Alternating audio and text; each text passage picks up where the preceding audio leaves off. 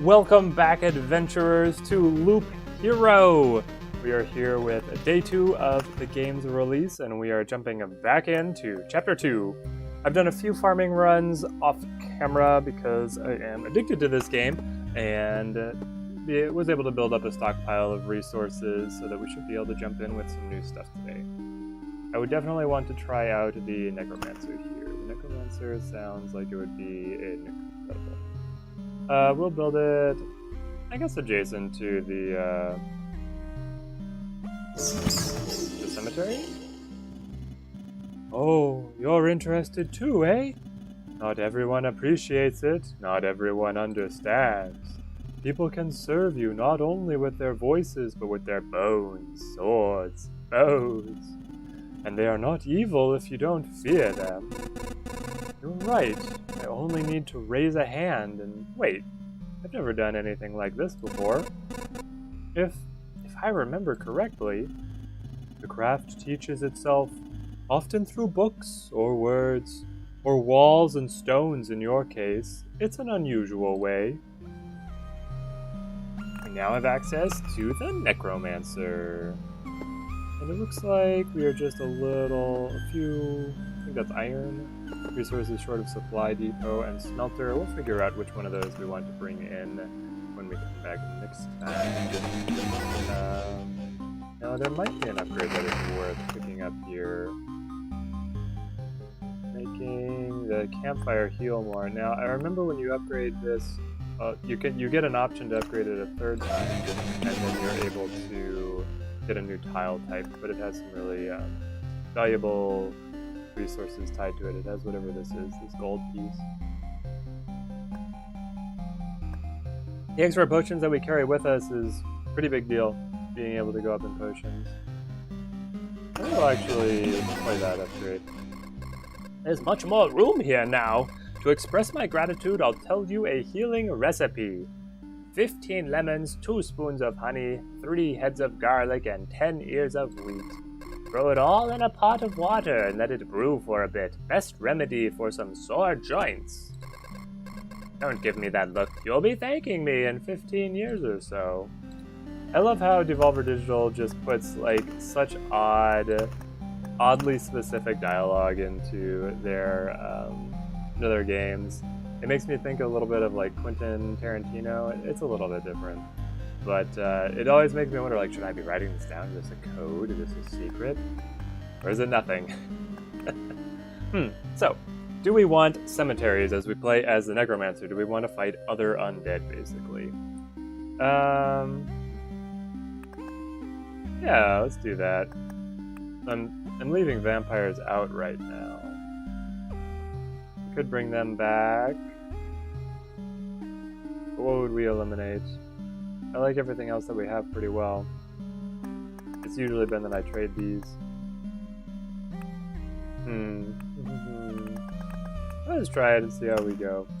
Get a feel for what enemies the Necromancer is particularly suited for. Okay, so, class. Necromancer summons skeletons that fight instead of their master. Number and power of skeletons depend on Necromancer's equipment and skills. Okay. Additional class stats: attack speed, regeneration, evade percentage, defense, summon quality, skeleton's power. So our stats here seem to be very focused. We get regeneration, which the warrior had, which is fun. And we get attack speed, the evasion, defense, and then we just go straight into summon quality and skeleton power. So we don't get any of the magic damage, we don't get attack all, we don't get to counter attack, etc., etc.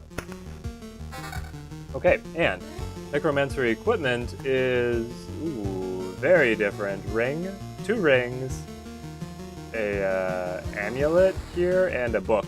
So our starting equipment doesn't do anything. Oh boy. Alright, our damage is 4 to 6, max skeletons is 2. Hey, friendly skeleton! 10 health, does 4 damage, and attacks once every 2 seconds. Okay. Okay. There's our book. Skeleton level plus 8, 9. We will see how much of a difference that actually makes. Oh, I didn't want to put it back. Oh, okay. So the additional skeleton level basically doubled his health and damage. We went up 1 level, close to a level. I wonder if we go up another level, if it will double again, or if it will just add 10 and 5 or whatever. But now our summon quality is going up. Summon quality is now up. So you have summon quality, and you have skeleton level. Is the skeleton level, like, equal to the loop level, I wonder? It's gonna be my guess. Is that the skeleton level is equivalent to the loop level. Or is equivalent to how enemies level up too. Oh, okay. Skeleton warrior attacks faster, does more damage. Okay. Okay.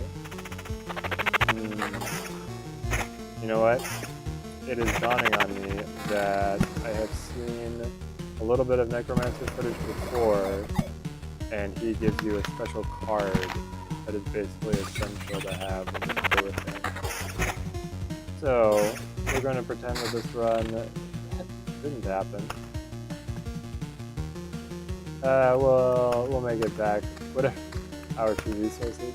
Yeah, our 2 resources. We'll try and keep things.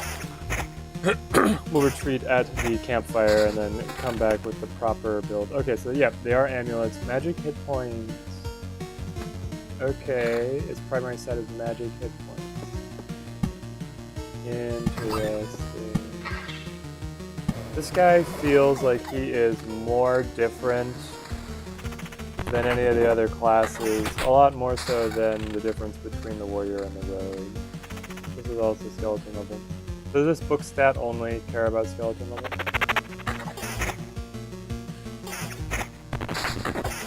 That's my guess. Is that your primary stats are skeleton level here, magic hit points here, and then your ring can be any of your other stats. I mean, these can get other stats if you get the higher level versions, but the gray versions, they have those 2 primary stats, which are the unique ones to him. Okay.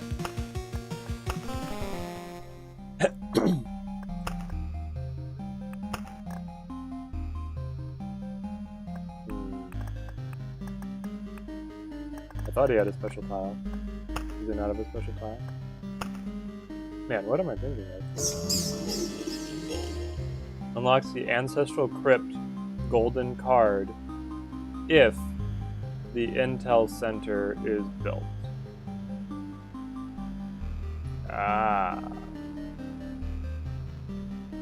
We only get the Ancestral Crypt if the Intel Center is built. What is the Intel Center? Let's find out. Intel Center, that's all the way up here. You have to go through the supply depot to get to it. Okay.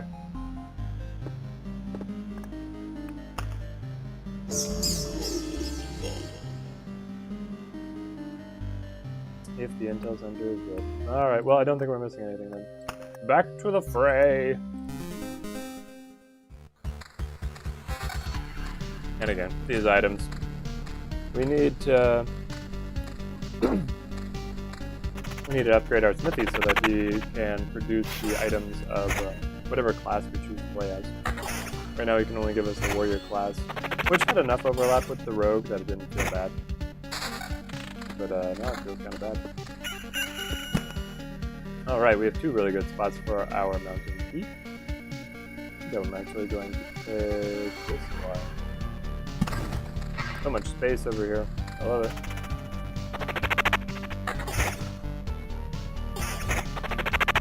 Bring up the skeletons. Amulet. That gives us... Okay, so it looks like the magic hit points is a shield that goes over our health. 50.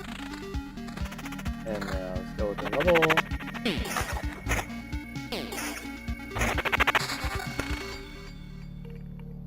Just a little bit more magic hit points there. Okay. I think we do want the treasury right here. We'll go putting letters over there. Do I want to spend the mountain? I'll spend the mountain. This would be a great spot for Blood Grove. Also in here, these spots are so good for them. Give you exceptional coverage. Ah, another treasury. That is fun. Building here would be interesting because it means that I can finish it off with spots off the path. You know what, let's try it. I've not usually done that. But it's allowed, so why not see if it's beneficial?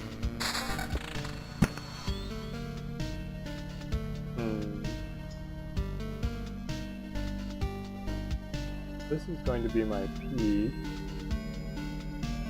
Yeah, we'll still just smack these down really get this done. Okay, another ring. Summon quality. It looks very similar to the warrior's regeneration ring. It threw me off a little bit there at first. Okay, what are these rings? A little bit more magic hit points, so bigger shield, and then skeleton level. Skeleton level compared to summon quality, I really don't understand which one I should be preferring.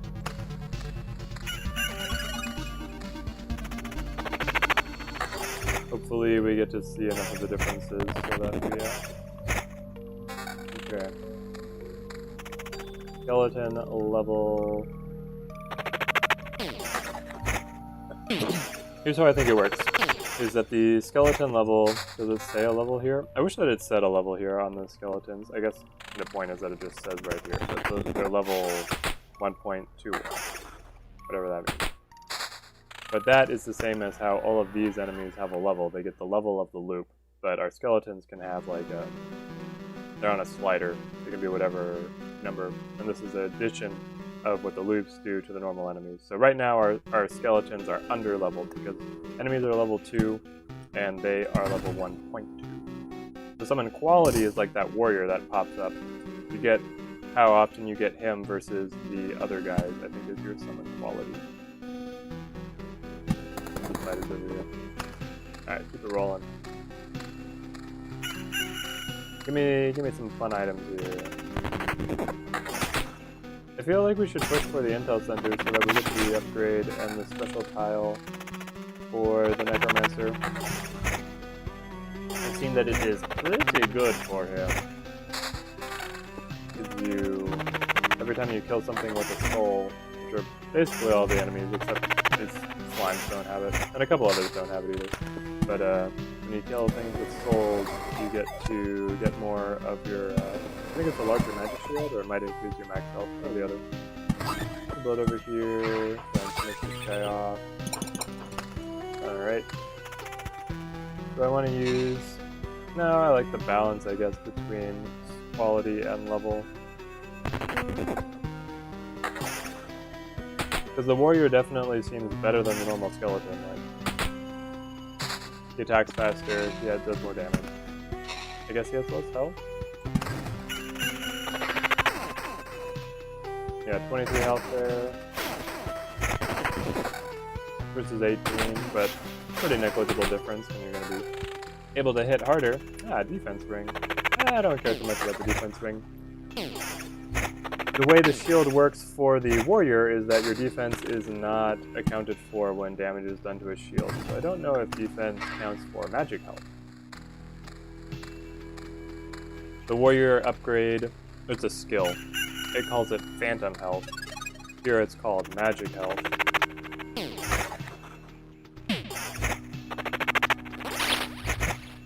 But my guess is that they function very similarly. Alright, we'll just take the best look. We still haven't gotten anything higher than a gray item, which is disappointing. And we're already... Well, I guess we're just starting with 3, so... Don't have to be worried yet.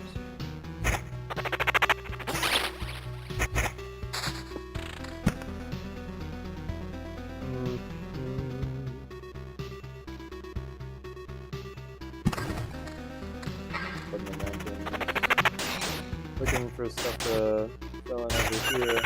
Probably a meadow. I might be able to use a rod.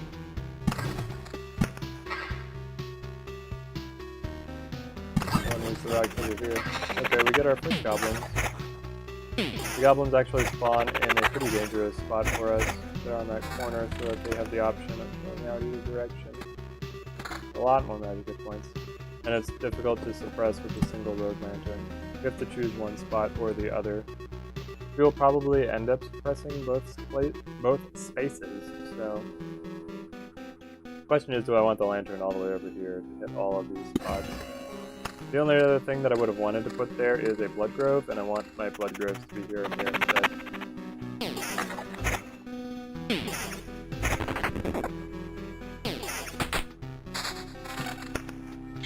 Alright, now we finally have something with some secondary stats. We get this attack speed.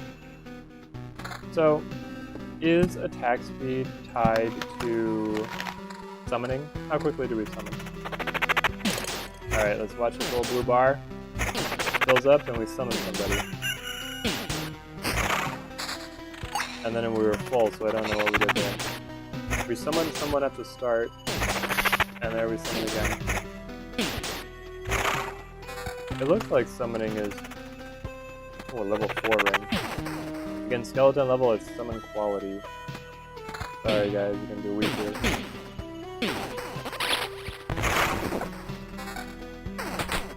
Ah, attack speed and some regeneration, alright. I mean, I would like to put more into skeletons, but...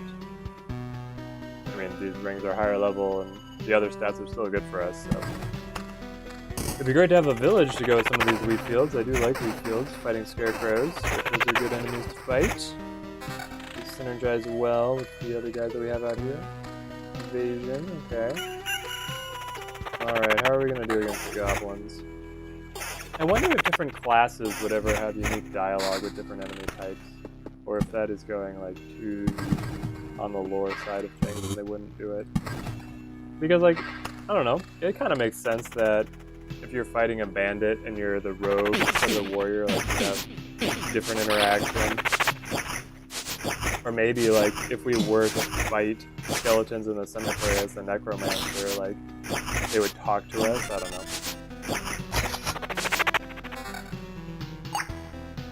Hey, more magic hit points and some regeneration. Regeneration feels really good when your first part of the fight, you're only taking damage onto your magic shield. We also have been able to top off for carrying all 5 potions. So when she gives you 2 more max to carry, you get 3 back, or sorry, you get 2 back when you pass through the campfire. So you can still, like if you're using all your potions and you go by the campfire, having 5, you don't get 5 back when you go through the campfire. You only get those 2, so you need a couple loops to build up your full supply. And hopefully they allow us to make a pretty deep run here to get some good resources. Be able to get these grades that we want. We want that Intel Center. Intel Center just sounds kind of cool. I wonder if it has bonuses to any other things. It's locked right now, so I can't even read what it does. You have to go through the supply depot, I think.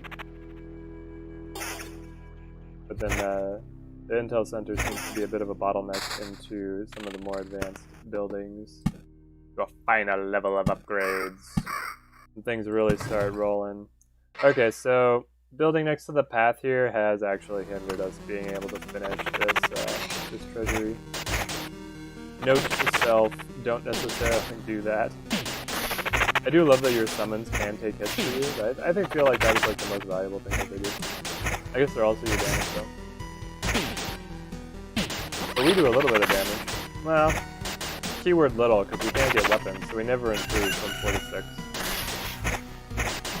It's all in the skeletons again.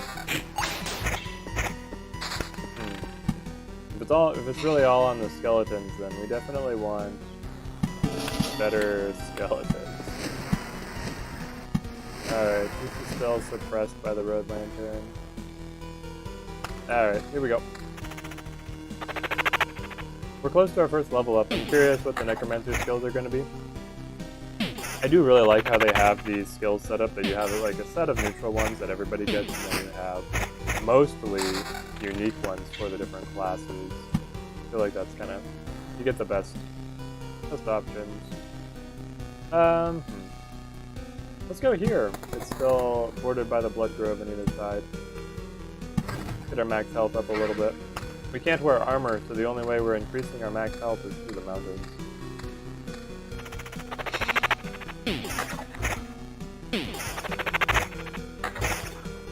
Yeah, I feel like our skeletons are really getting out-leveled here. We're on loop 4.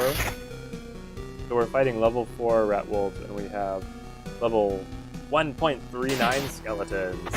Hey! Good luck hitting anywhere. Like, these fights are taking a long time. And they're often making it all the way through our magic shield. Okay. This is where we get to see, does anything come up having the cemetery? Something really weird happened to me when I was doing one of my farming runs. I wanted to see if placing 2 cemeteries on either side of a village had any interesting interaction with the village, because the villages seem to have a lot of interesting interactions. And the village didn't actually change, but I got a bandit camp there. So the situation is a little muddy. Like, I don't know the exact situation that caused this to happen, but I fought a black ooze. It was a cosmic ooze. It had a soul, and it was called a black ooze, and it was there with the bandit. I have no idea. Like, I didn't see any tooltip as to why it spawned there, but it was super interesting. I'd never seen it before. Laying down one's life, any direct damage to the hero will be evenly split between him and his skeletons. I hope that only applies after your magic shield is down. Edge of Impossible. 20% chance to exceed the number of skeletons and summon 2 of them during the last summon. What does it mean during the last summon? But I like that. Give me more. More of the bony boys.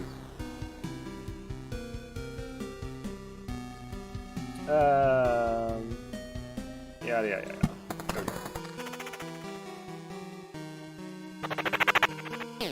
Okay, are we gonna be able to get the double? Still haven't gotten it. Give me the double.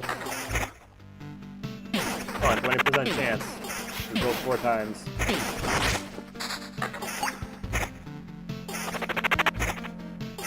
Oh, does it mean like only when you are full?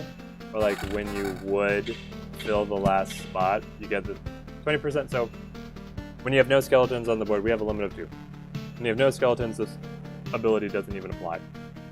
Once you have one, and you're summoning for a skeleton in the last spot, you have a 20% chance of bringing in an extra one. I think that's what it means.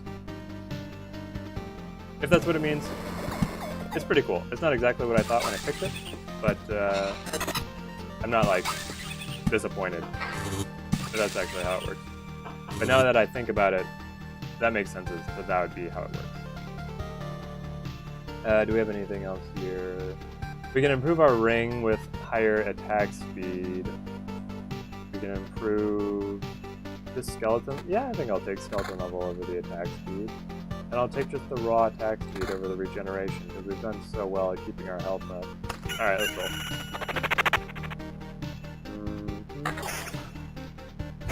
I guess these book covers are just different. Usually gray items don't have that much differentiation unless they're actually, like these amulets would do something else. I guess armor does. You have a bunch of gray armors that all do the same thing. Just increase your health. No thank you. Alright, come on, I want to see the extra skeletons. I hope that ability's not just broken. There were a couple the other day that were. So the developers have been patching this game like crazy. They've put out like 4 minor patches so far, and then they reverted one of them, and now they're back. I've been kind of keeping my eye on the little updates for the game. We're on version like 1.005 now. And one of the things they fixed that wasn't working yesterday is that when you walk through cemeteries, I do get these memory fragments that wasn't happening yesterday. So, yeah, props to the guys over at Devolver Digital. They care about making this game the best it can be. There we go. Ah, more meadows. Thank you. Health return. I love it. Oh, we got some fun stuff here, but this is 2 under levels to matter, and this will increase our evasion instead of our regeneration. I prefer regeneration. I wonder if you share any stats with your skeletons. I don't think you do, because they have the skeleton level. They seem to have their own stats. Like, I don't think building... Ah, there we go! We got our extra skeleton. I don't think building evasion ourselves would allow our skeletons to better evade. On the one hand, just thinking about it, that could be fun. When you tailor your build, it changes the kind of skeletons you get. On the other hand, I can see that being way too powerful. Or at least way too hard to balance the class. And just having a stat that improves the skeletons makes sense. So our max skeletons is still 2. Skeleton level is now 3.71, so they're keeping up with the loop level finally. But we have terrible skeleton quality. We're not getting any of the special types. I'm tempted to just trade this for the defense wing. I don't really care about defense. Attack speed, evasion, max skeletons, and skeleton level. Oh, max skeletons goes up. Yes, I will take that.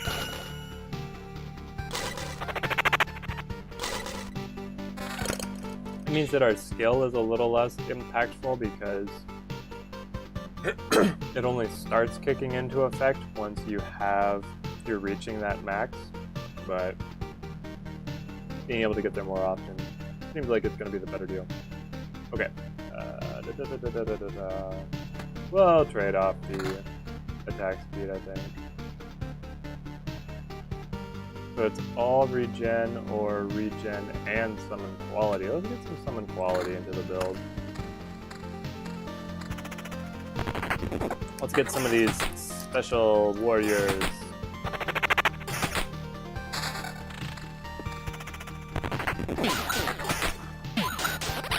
Oh man, they cut through our magic shield so fast. Alright. Oh, hey, there's a new guy. Skeleton Guard, 65 health, 15 damage and attacks, pretty slow. He has a first target thing there. Oh, okay. So he taunts, basically. It looks like he will be the enemy's first target, I think is what that means. Yeah, it doesn't say here, but I mean, he started taking damage as soon as he appeared. It's like the enemies switched to focusing on him. Let's go here. Get another cemetery. Build up. These mountains are extremely important now. I'm like, oh, I better min-max my mountains, which is not something I usually worry about. Because otherwise, like, that's the only way I'm getting all this stuff. I'll suppress some of these encounters. They're getting kind of flooded with the enemies.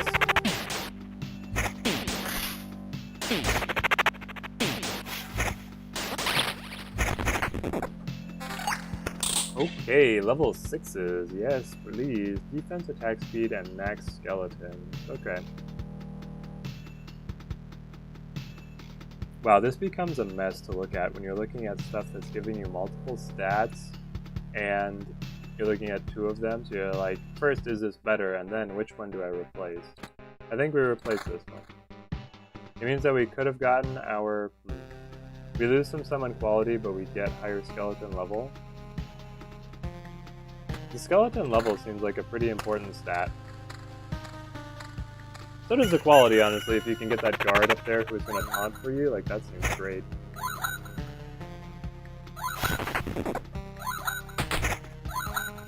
Versus just having the basic guys and the warriors. I mean, there's still a chance that the enemies drop them. I'm just going to keep on upgrading these rings.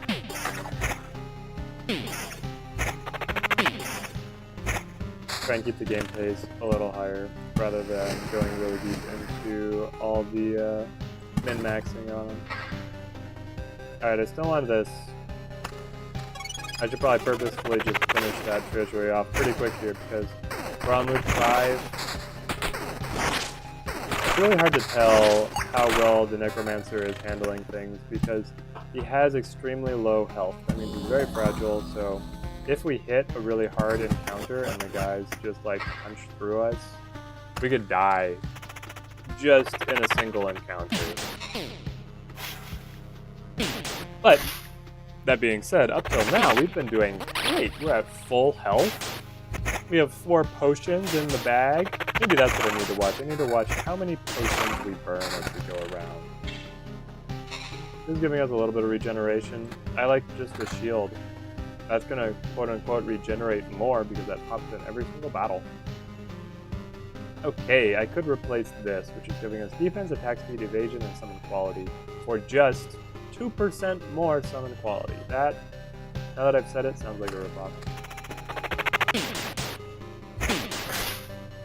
Like, how is summon quality that important that an entire level on your ring is just 2% better? Terrible. Okay. Maybe we'll build a village over here. And we'll build a village up in here. The village in the grove. Strange people walk there.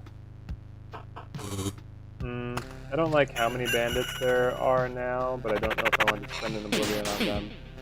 What else would I spend Oblivions on? As the warrior, usually spend Oblivions on cemeteries that I've built. Just like warrior, I don't take cemeteries anymore. But as a Necromancer, we've been doing okay. Okay. Goodbye, bandit camp. No longer will you have a chance to steal my items. Put this in here. Building alongside the Blood Grove has been very beneficial to us in the past. Build here on the inside with the blooming meadows. Meadows only bloom if they're placed adjacent to another tile. And the key with that adjacency is it has to be orthogonally adjacent. The game is not very keen on when diagonally adjacent is important and when orthogonally adjacent is important. So the spiders are slowing us down. Does that mean that we summon slower, or does that like have no effect? Hey, we got him a double. That's cool. This golem is always terrifying. But we made it through pretty well. We did use a bunch of health potions, though. Maybe we didn't make it through super well. I should probably check, like, oh yeah, we burned everything we had in that fight. Ah, we made it through super well, guys. Okay, we can, well, we lose magic hit points, but we get attack speed, summon quality, and skeleton level. Honestly, I don't think that's worth it. I think that the magic hit points is so useful because it comes in every battle. Maybe it is less useful on the later loops. But early game, that's insane to get super high there. And then here we sacrifice skeleton level to get higher summon quality. Man, the Necromancer, it's hard for me to keep the pace of the game high because I'm just learning all these new stats and trying to figure out how they work, what's good. Dealing with 2 brand new items. Like the rogue's new item was boots.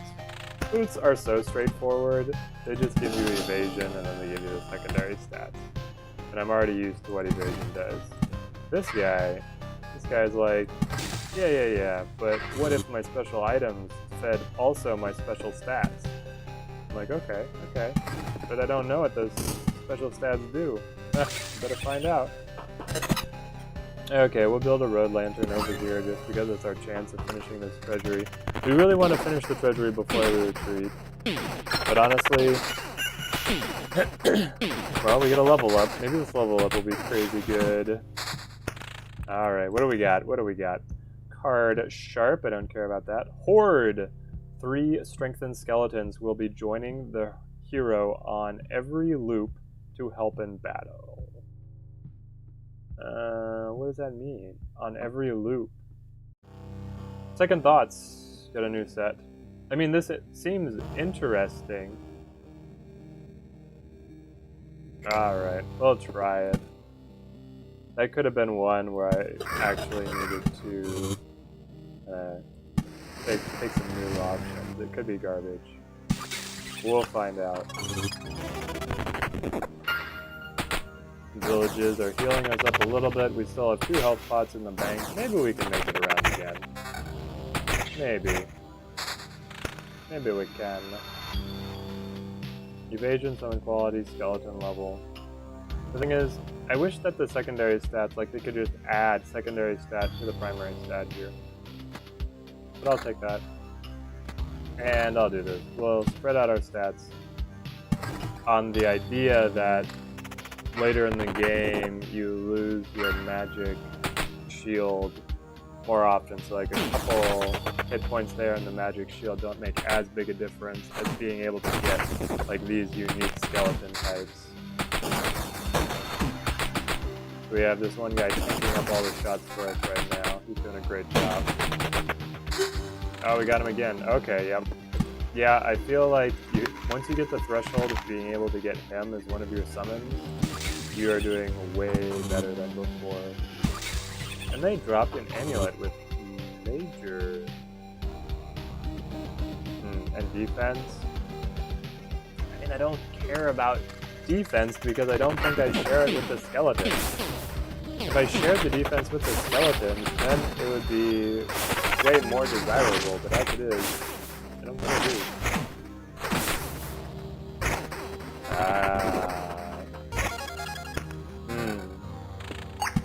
You know, I have been keeping the Scarecrow in because as all the other character types, it's just you, and so when his damages everybody on the board, it's really only hurting his friends.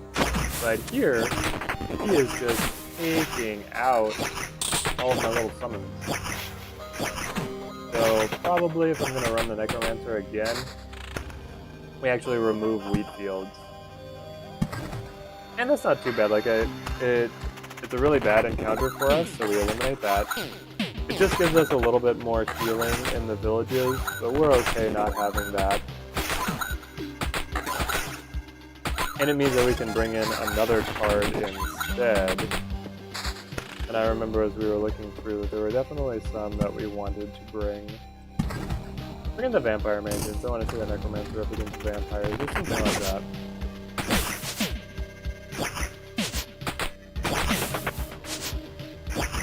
Alright, we got the tank up. Yeah, get the Scarecrow first, please. Now they all get raged though. Man, goblins. Goblins are the bane of my existence. Okay, so we're looking at probably replacing this level 5 ring. And we've got better summon quality by just a tiny bit. We lose evasion. And we have the same attack speed and the same defense. That's the thing, like, summon quality is up to 77%. This would make it 78%. Is there like a cap on the summon quality? Do we cap? Like, is this it? Do I have... Am I close to basically having the best skeleton quality possible? Oh, also, have we made it past the campfire yet to get our horde? Oh, we were about to. Okay, so we were about to figure out what in the world the horde skill does for us. Horde. 3 strengthened skeletons will be joining the hero on every loop to help in battle. On every loop is the key word, I feel like. So where are they going to be? What are they going to do? Okay. There they are. They spawned. Cozy camp. I can't mouse over enemies that are on the map. You just get to see their little sprites. Okay, they're running after us. Ah, here they are. Well, this mimic is about to kill one of them. Oh, we got 2 mimics. And it crit the other one. Did our horde just lose to 2 mimics? Is that what has happened? Okay, I still see 3 guys here. Nope, 2 of them died. Okay. Okay, so you get those 3 guys on your very first battle, and then basically you get to start with skeletons now. When you have horde, you get to start with 3 of them, and they're all the improved quality type. But once they die, they're not going to be in the next battle. So you're probably only going to get them in a few battles, and then here is the last one. Oh, I didn't kill it! Now, will he come back with full health, or does their health carry over? We get 100 more magic hit points and we get some regen. We lose some in quality and we lose some skeleton level. I do like having their high quality, but the extra 100 health on the shield just seems really hard to pass up, so I won't pass it up. Okay, is he? Yes, his health carries over. At least that's what it looks like. Okay, so how good is the Horde skill? I don't think it's very good. Because here we are at the very beginning. We've had 2 encounters and it is now going to give us nothing until we do another loop. So recommend not taking it. I don't really want any more regeneration. Like, I stay pretty healthy. The point is that I need the combat strength to be able to get through the hard fights. That's the most important thing. So actually, we lose 60 magic health and we get some summon quality. Summon quality drops to 50%. This would take it back up to 78. I'm gonna keep the shield health actually. Hang on to it.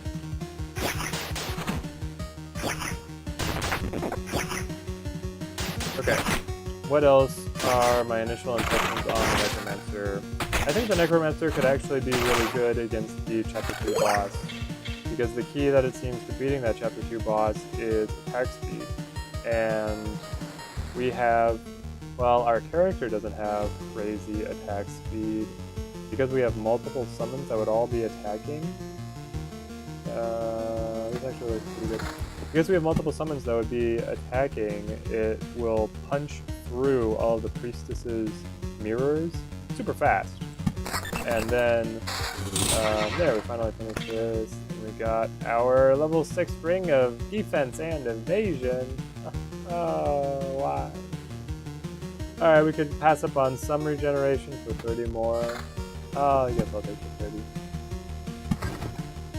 But all our little skeletons would pop off the Priestess's mirrors that she summons up and then actually be able to do damage to her. Because when we actually fought her, now true, we weren't in the greatest position. Like, I wasn't expecting to be able to do super well against her, but we did like nothing. She could summon her mirrors back so quickly that we only hit her like twice. And I think we were playing as the rogue when we did that. Actually, forget, we might have been the warrior. Now, she also brings up summons, but her summons are invincible, so we have no chance of... I mean, on the one hand, you're glad because you're not splitting your attacks onto summons that quote-unquote don't matter because they'll just disappear later on anyway.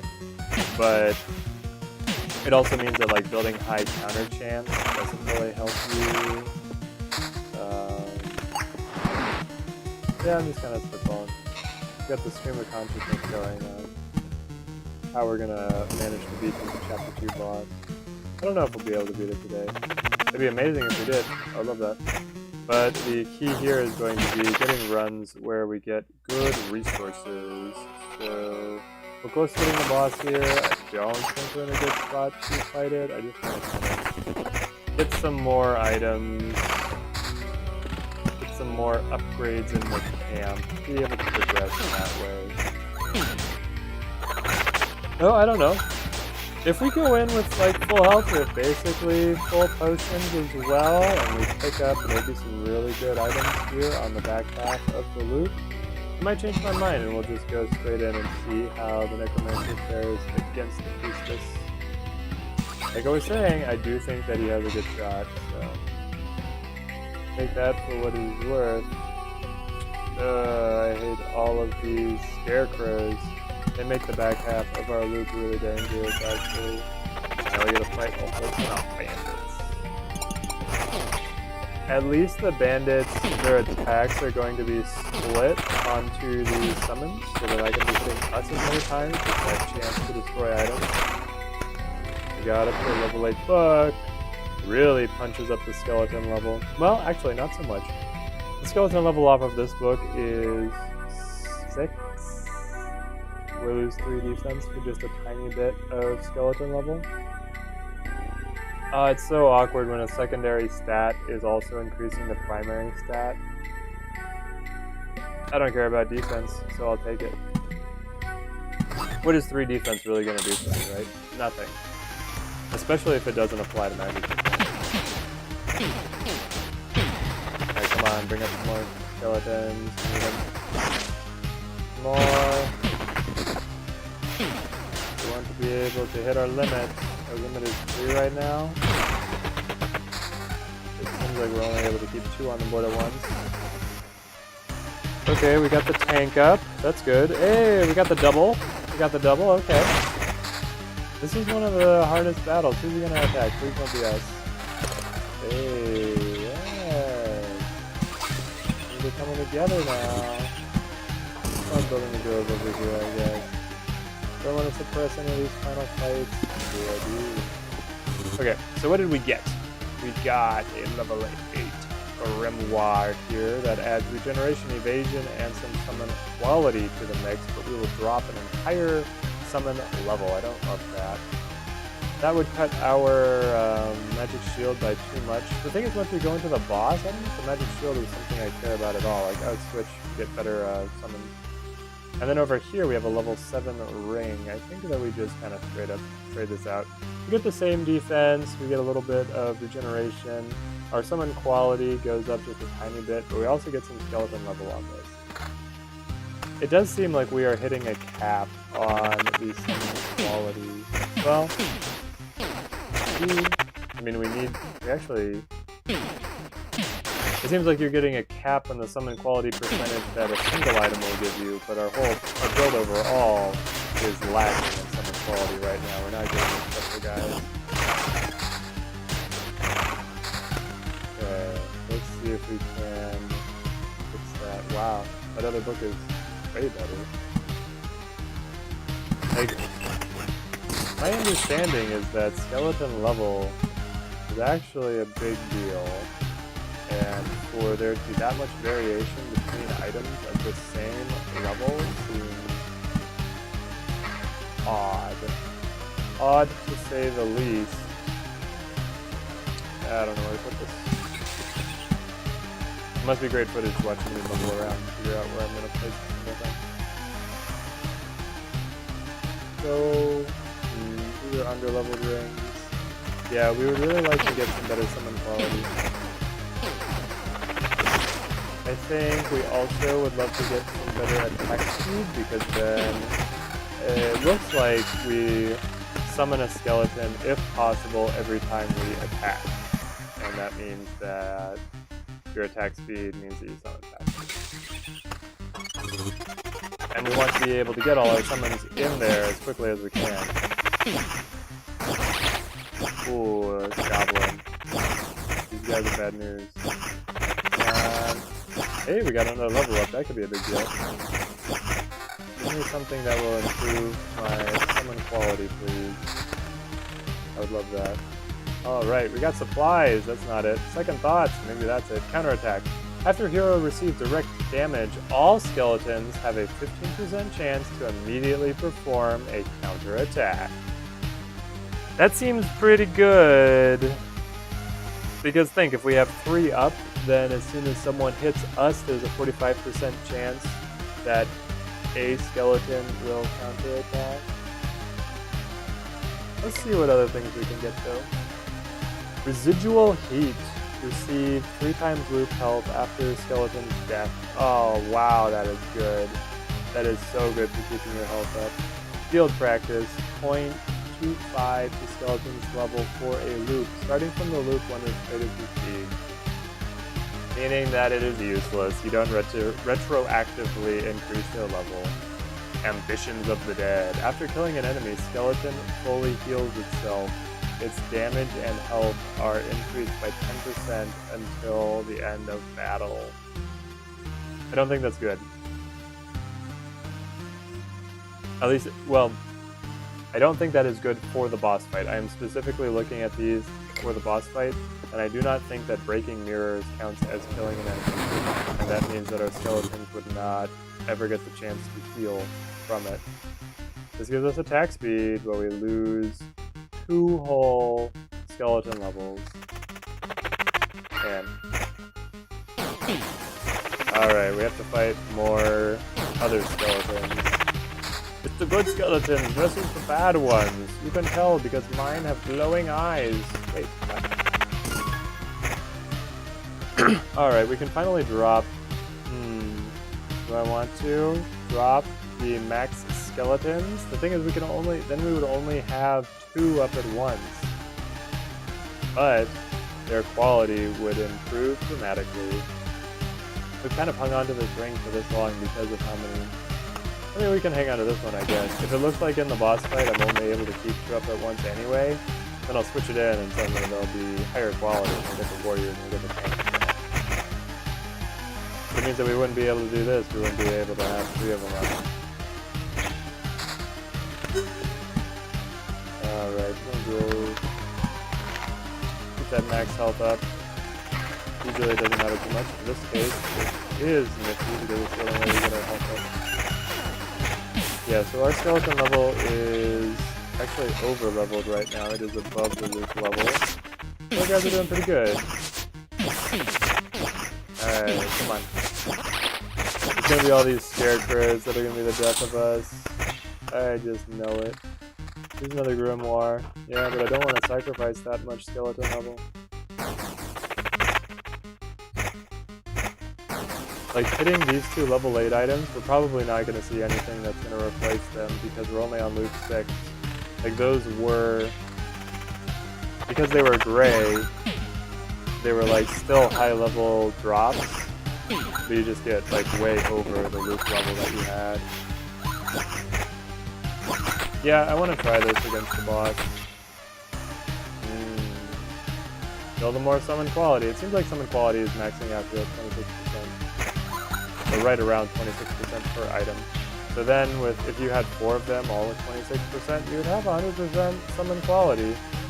Which... Man. I wonder what the thresholds are. I feel like there are set thresholds, like at the 25% line, you get the warriors. At the 50% line, you get the tanks. Like, what do you get at the above 80%, you know? Hey, 4 more magic health. I'll take it. And then I will trade it for attack speed as soon as we go into the boss. That actually sounds really good, trading it for attack speed to be able to keep our summons out there faster. If that is indeed how it works. Please don't get erased in my inventory, please. Because otherwise this is just regeneration and evasion. I don't mind that. Alright. Priestess. What have you got? I will stay and fight. Here she comes. Okay, so. We want to... Wow, we start with full summons. Oh, it's because the horde triggered. The horde actually triggers to fight the boss. That is wonderful. Alright, so we're going to wait for our magic shield to get depleted, and then we're going to swap in here to get the increased attack speed. Would you please stop? I refuse. To arms! So this is the Necromancer. I don't think we've seen the Necromancer in... that's it. Okay. 40% chance to be picked by stained glass window. Summons against summons! Who has the better summons? Aha! I see you are taking damage. How does it feel? Oh wow, they get the damage all here. Someone has damage all. And someone's doing a lot of damage. Alright, come on. Pressures. Pressure, stained glass. Reflect, reflect. Okay, our shield is out, so that means that we are trading in the attack speed. Keep summoning, keep summoning. Oh my god. This is night and day. It's so easy. Oh, it's so easy. Unless she has like a second stage. We got her. Come on, come on! I thought we had her. She's got 2 health. Yes. We did it. It's so painful. Every time, like the first time, I still can't get used to it. Yeah, dying's not very nice. That's how the whole world feels right now. Not a great feeling, as you notice. Now you're... Wait, what do you mean by every time? Oh, it's not the first time. My faith in the Almighty brings me back to life again and again for the sake of my great mission, to spread His word, to preach humility, obedience, and acceptance of the salvation He offers. And every time I fail, there's only dead bodies of heretics instead of conversations in my lifeless body. And why can't you understand the wish to survive is an essential part of this world? I don't know how it happened, but you've made a mistake interpreting the motives of the Almighty. Made a mistake? Me? That's impossible. I believe in it. I am the faith itself. I don't need to know or check anything. And you? What are you even trying to achieve? Nothing will ever be like it was anymore. Not even close. I don't know. Maybe it will. I could still try. You're just a fool, that's what you are. We'll meet again. Just let me rest a while. Looks like she's gone. I can hardly believe her corpse will ever come back to life. But even if it will, I should give her a proper burial. We've gotten the achievement Glass Queen. We've beaten her. We get these incredible items. And we have these rewards. Upon each building, hero gets 8 times loot experience. I just want to retreat and keep my items.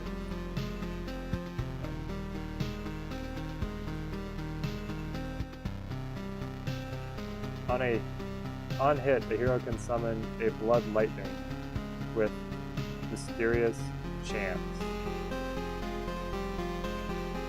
Okay. And 25% chance that the enemies will have 1 ability less. Eye of God. That's a very interesting name to put there, Devolver, given that the whole thing is setting up God to be the big enemy.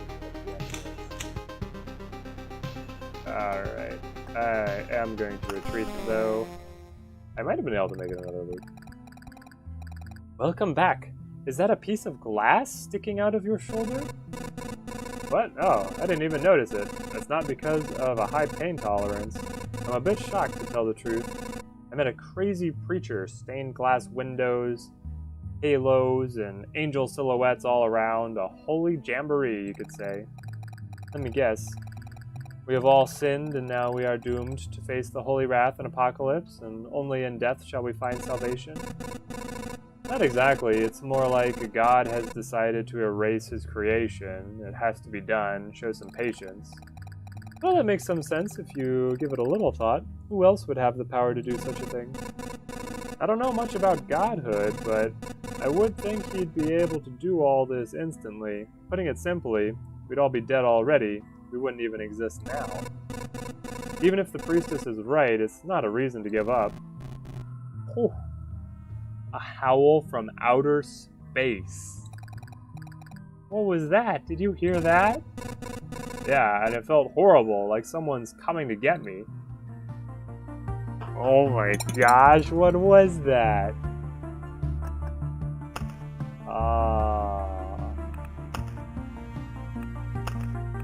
Okay, so we had the Lich, we had her, now we have whoever this is, a Cosmic Beastmaster. Is this the silhouette? This looks like the silhouette of what we saw in that little dialogue snippet. And this guy looks like he's holding a rifle, which looks incredible. Oh man. So we have the Smelter here, unlocks the Storm Temple card, unlocks the Arsenal Golden card if the Intel Center is built, and plus 30 to base health.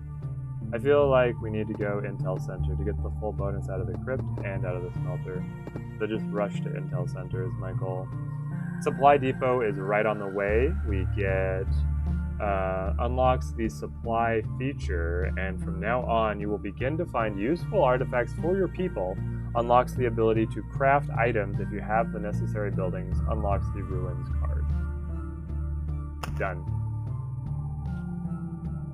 We'll build right on this side of the campfire, start rounding out our camp here. Good news! We've come up with a list of some things we need. I won't say they're all absolutely necessary, but they would make our lives a bit better. We can't keep eating from the ground. Well, the food is also the ground, and then we go to sleep on the same, the ground. I'm exaggerating, of course, just want you to get the idea. If you stumble upon a good piece of furniture or an instrument or anything else of use, remember the place and take a wagon there, and we'll see that our findings go to the right person. Okay. Ooh, man. Okay, so this one does not upgrade. Okay. But we have supply and we have craft here. So, supply,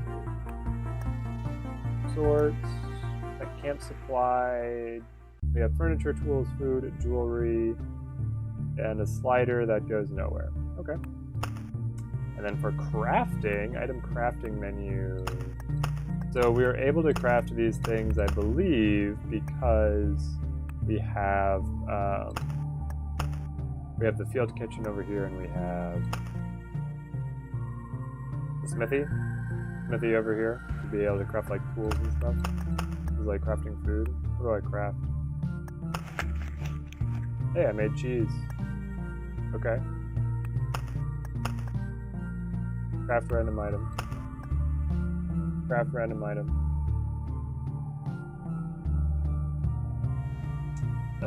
But my iron is so valuable. I don't want to craft it.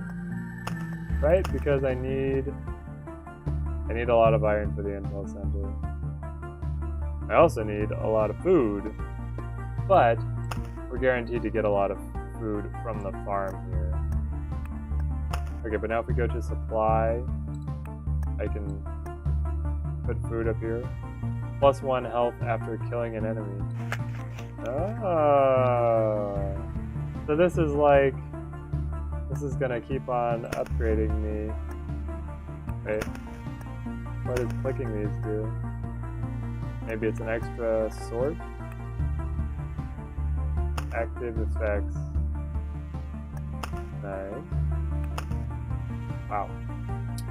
Okay, so we got some deep levels of upgrades. Ready to expect very, very high challenges here in Chapter 3.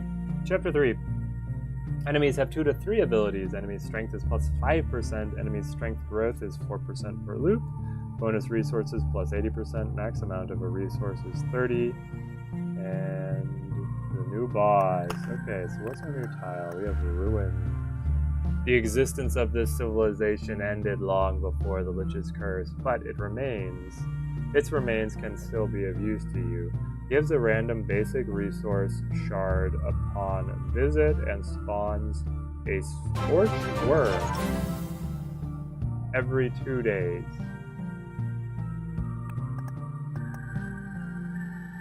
A scorched worm. Okay.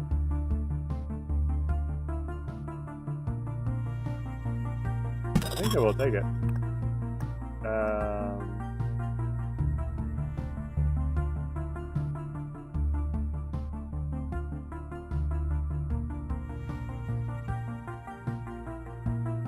But what do we replace?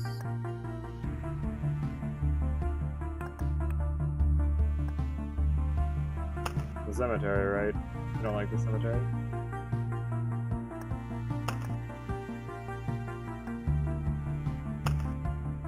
And of course we bring in the Necromancer again.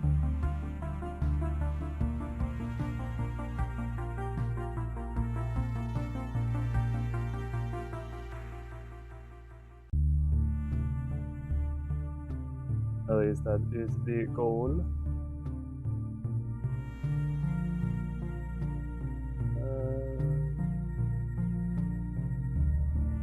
Go back.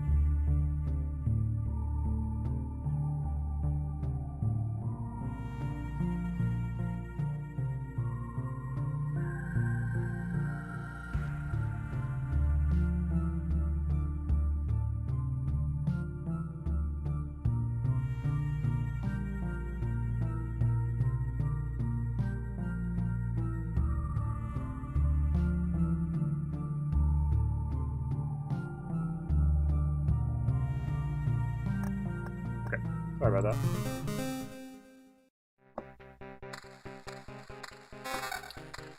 that. Poor Smithy. He doesn't know how to equip us for our battle, so he just gives us the exact same items that he always has, and these are useless. Ooh, okay, he's got a new ability. Sticky Body appears to get the thick slime effect. Attackers get the thick slime effect. Minus 10% damage until the end of battle. Ouch. So, cutting slimes now makes your entire battle worse.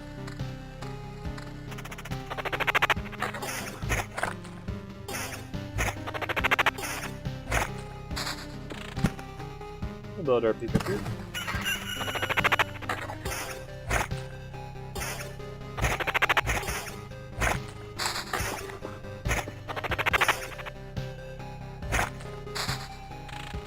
It is interesting that we are not getting that effect, so it seems like we do not apply damage. Okay, this is a great spot for the blood growth, so we will build it there. We will start placing our mountains in the outline of our peak. Oh, I should have dropped the wheat fields. The wheat fields don't matter. Oh, the wheat fields actually hurt us.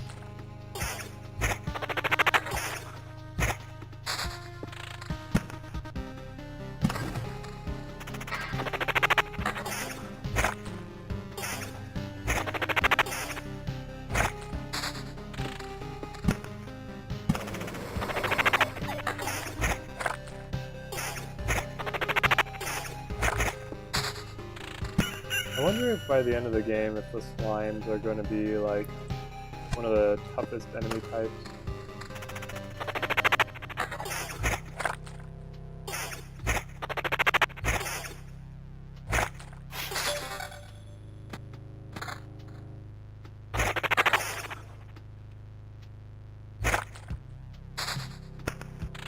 I mean, right now they're definitely taking our summons to task, but our summons don't have any levels and I don't have any equipment, so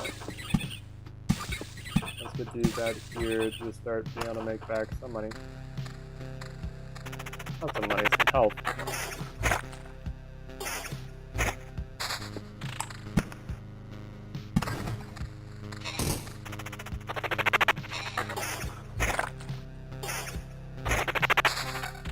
There's a ring.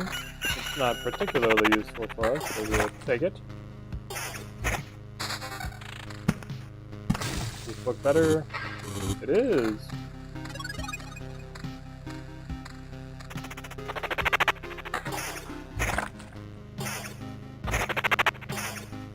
Well, I am very impressed with the Necromancer character. He seems to be incredibly strong. And remember, this was all without his unique tile.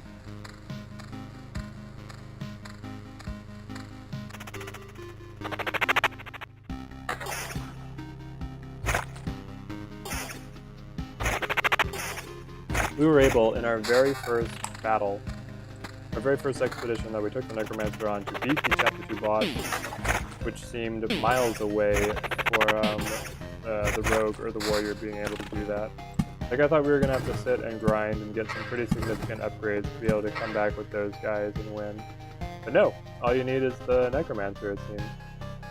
I am going to put the village here within the area of the Blood Grove so that then, I mean, the villages seem to end up getting some pretty challenging encounters once you get the Scarecrows and once you get the Bandits.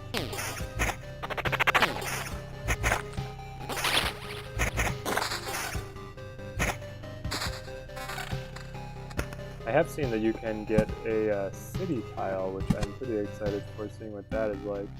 But I want to extend the Blood Grove. This only means that it's going to cover this extra spot. I'm going to hang on to it. We might build one up here. Have a second one going. Do I want a road lantern to suppress any of these encounters? I'll probably wait for goblins. Oh, I do have the wheat fields. Do I just let the wheat fields go to waste so that we avoid the Scarecrows? Because the Scarecrows can wipe out our skeletons? Maybe I do.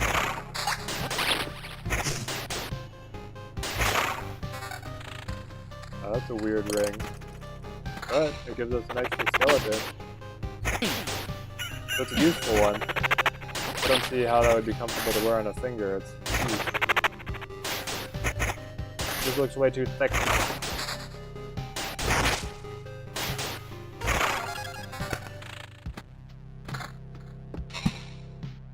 Get the grove going here, get the blood grove around it. Keep working on our peak. And there we get the goblins. Goblins spawn in the worst of places. Wow. Well, I do want to suppress them, so we will start working on that.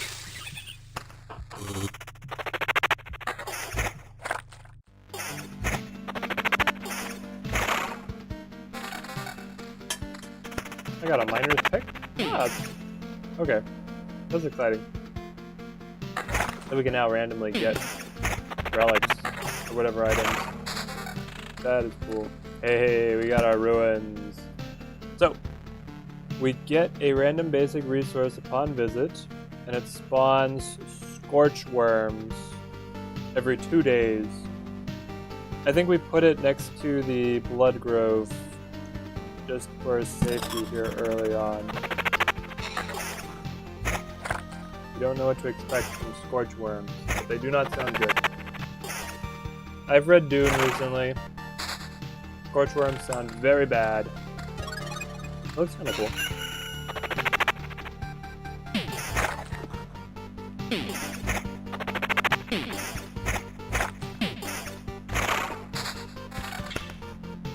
We will upgrade the skeleton level with this. We will bring in some spiders here. Ah, yeah, I'll put it right there. And then keep on working on the mountains that we've got going. Okay, I want to see these scorch worms. That's what I'm most excited for right now. That and knowing what these other relics do. Like this. Oh, it says them right here. +1 pebbles while passing the campfire tile, which means that we'll get more stone overall. Okay, interesting. Now what would be really nice if we could start getting items that, you know, were not gray. So, that does bring up an interesting discussion on is the best build for the Necromancer all gray items. Rings, I have kind of thought, are actually best when you get the gray rings because they focus their stats into... They focus all of their strength into a single stat. So as long as you're getting the stats that you want, having the gray ones are the most powerful. And then, for the Necromancer, his primary stats here on the Grimoire is skeleton level, and his primary stat on the amulet is magic health. If you think that skeleton level and magic health are better than the other secondary stat possibilities, well, in that case, the Necromancer's best item build is actually all gray items. And we beat the Chapter 2 boss with mostly gray items. We had the gray Grimoire and we had the gray amulet. And then our rings for others. So this is interesting to think about. Like, level 3 ring only gives me +1 skeletons. Definitely want to improve on that.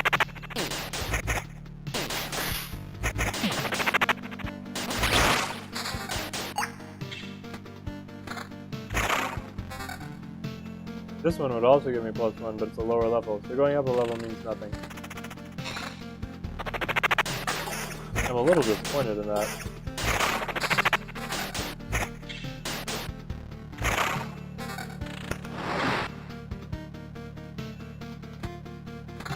I guess it means that if you are looking to increase the number of your skeletons... Oh, we got a worm. There he is. You want to pick up the... increases the number of skeletons as secondary stats, among a medley of other things. You're gonna have to have a really powerful ring to get much benefit concentrated. Alright, we'll keep building the worms next to the blood grove, I think.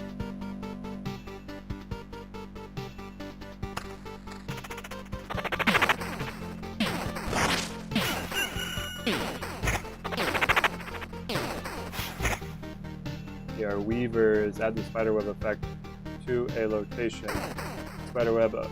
All units except spiders receive the spiderweb effect that lowers their attack speed by 20% until the end of battle. So now mixing spider fights with other fights, the spiders slow everybody else down.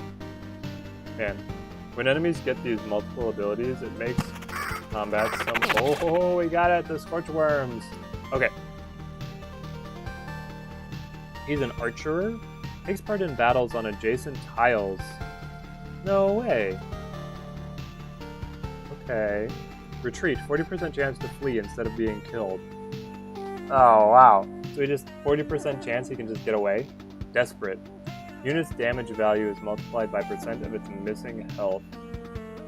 But right now, because it is an archer in close combat, it is suffering a large damage penalty. And this guy doesn't have as much of a damage penalty because he's in row 1, he's in row 2, and row 3 is back here. This is weird. Oh, we won. That means that you don't want to build things next to the Scorchworms. Because, like, if they were here, they would be able to fight here. Okay. Art of Control, just straight up get an extra skeleton. I love that. Here we can divide our damage amongst our skeletons. I don't really love that. Preparation for a ceremony. First 2 skeletons summoned in a day will be strengthened.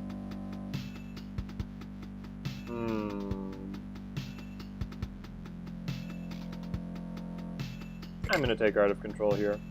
It means that we can ditch this ring now and actually, play a ring that gives us more benefits. This would increase our max skeletons again and summon quality. Man, it's just so many benefits. I'm going to go against what I've said all along and give up on some of my magic shields.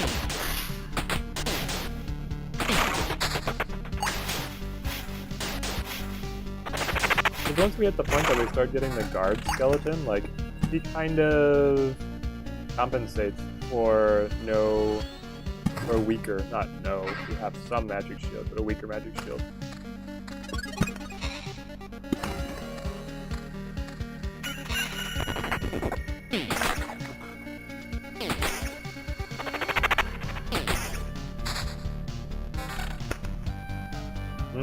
Attack speed.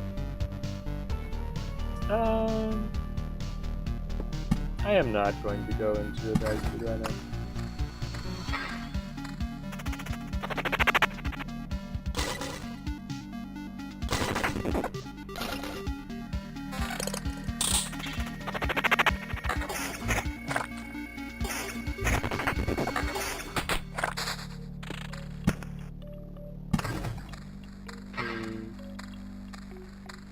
Yeah. It feels like things are going okay at the Goblins Fair here in number 3. Okay. The Goblin Leader is protected, meaning he has a 35% chance to send damage into one of these guys. So they have Confusion, 30% chance to be idle for 3 seconds after an ally dies. So they've actually gotten a penalty here. Interesting.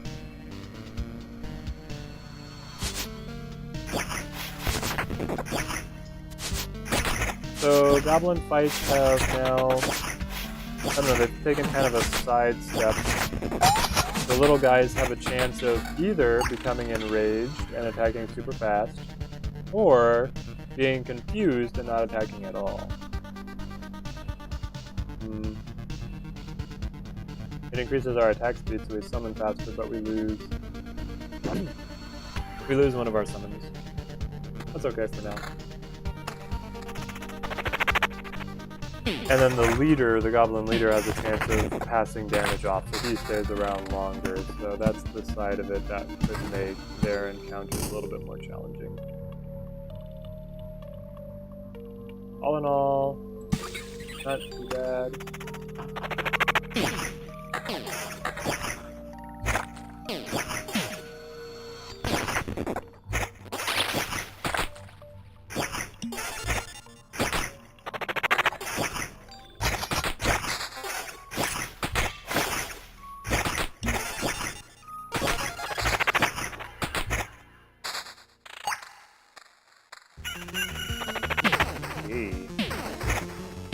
spiders. Their spider webs are nasty now. Spider encounters just keep it getting harder and harder. Grimoire for the max skeleton.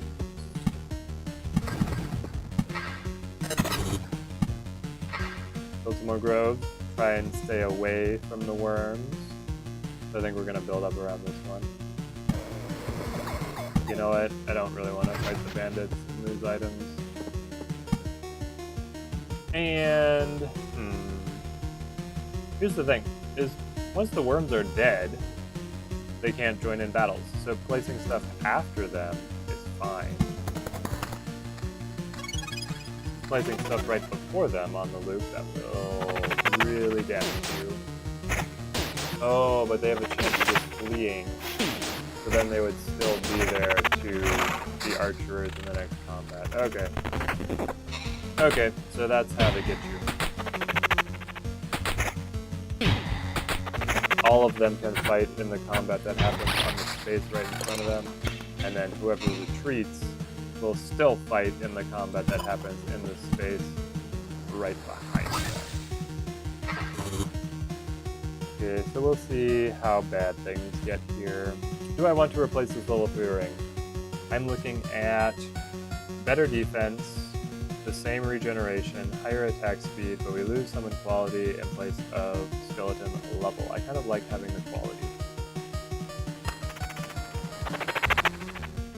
Right now, our skeleton level is 3.5, which means that it is, it's close to our loop level, but not behind, let's say.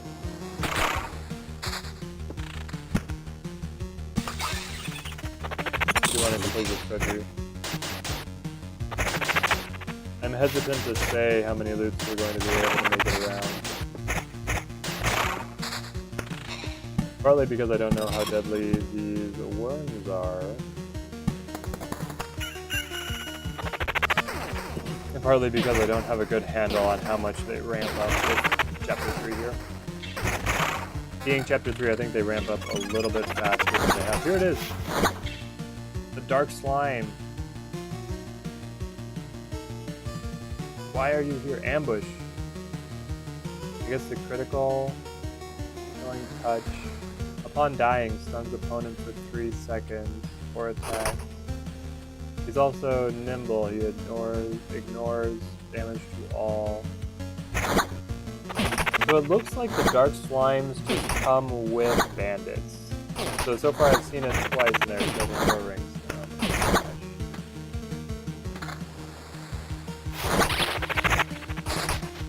And he did our other one. Are you kidding me? I feel like if they are going to damage your equipment, they should at least drop a bunch of equipment. One of these is a quest, so it's going to be tough, but fighting them hand to hand like this, they have an enormous damage penalty. And we killed both of them. I wonder if being by the Blood Grove means that they don't get to retreat. I hope that's the case. Okay. We get evasion and some skeleton level. No thanks. We get some evasion again. No thanks. Okay, things are looking okay. We're going to... We used 2 of our health potions on this loop. I forget what the difficult battles were that made us use those. So we've got 3 in the bank. We'll get 2 back when we pass the campfire. We'll be around full health. Hey, we get a really good position for that treasury. And then we're going to build this spaced out from the other one here. Oh, 3 of them. Wow. Archer in close combat. Here's what this, like, broken arrow means. Yeah, I think that the Blood Grove is keeping them from being able to retreat. So give me some regeneration. I would like to replace it with something that gives me more skeleton level. Defense, attack, speed, evasion. I'll take the attack speed, actually. Keep these skeletons up. Oh, and there's our level 6. We just keep on replacing this one book. But this is the best book until I read this one. And now it's my favorite. And then I read this book, and it's my favorite. Every new book is my favorite. As long as it has a higher number than the one before. But it means that now our skeleton level is still just barely keeping up with the loop level. I think that's sword. Oh, it means that it's damage down from the slime. That's what it is. Okay. I think that I still need to use mountains efficiently to get them, keep getting the max health up because that's so important for our character. Here we can get an additional max skeleton. Do I want to bring that in for something? And I have summon quality. We just lose some evasion and some defense. Yeah, that seems like a good trade actually. Definitely does. Max skeletons up to 4 now. Summon quality, happy at 50%. We just want to get our skeleton level up a little bit higher, I think. We are way far away from being able to see the boss. We're on loop 5, and we're only like a third of the way filling the map in. Now things definitely accelerate as things go on, and because we've been avoiding placing any of the loot fields, that slows us down a little bit. So not playing super optimally right now. Field practice. Plus 0.5 to skeletons, level 4 a loop, or gift of blood. On hit, a hero or his skeletons gain summon a blood lightning chance is 20%. I like that. This would be great as your very first upgrade, because like if we had gotten this on loop 2, we would have an extra 0.75 to the skeleton level, and it just keeps on kind of scaling naturally for you. But I'm gonna go with this. I want to see what this blood lightning looks like. Come on, do it. Do it. Summon them. There, we saw it. We saw it a little bit. I didn't really see what it did though. It was cool, I promise you. Okay, summon quality stays the same. Skeleton level goes up a little bit. The skeleton level goes up a very little bit, but we take it. Here we get the skeleton level up again, rather than attack speed. Keeping the lowering the attack speed means that it's going to be harder to hit our max skeletons, but I think that having the ones we summon be stronger is worth it. There it is. We got the lightning. You can see what it really does. I wonder, does it stun them? They kind of look like they shake as they take the hit.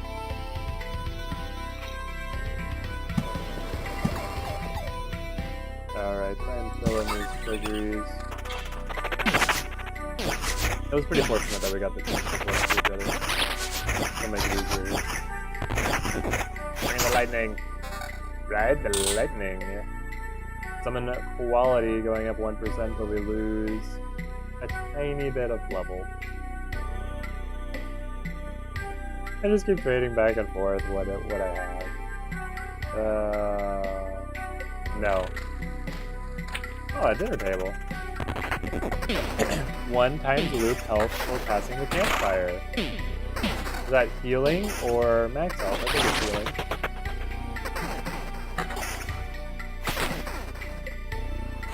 Not bad.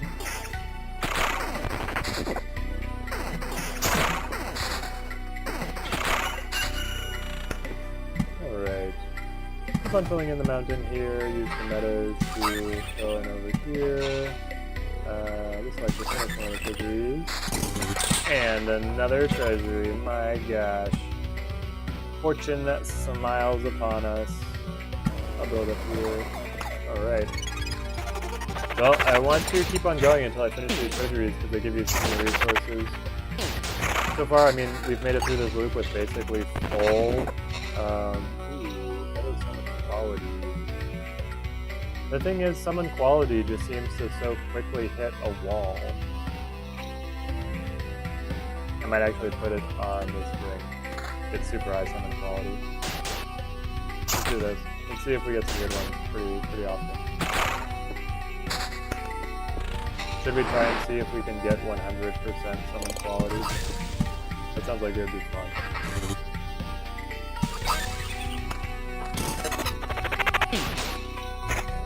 We're at 77% right now. So we have quality here, we have quality here, we just don't have quality on the amulet. We need to get an amulet with quality. None of the amulets we have with quality.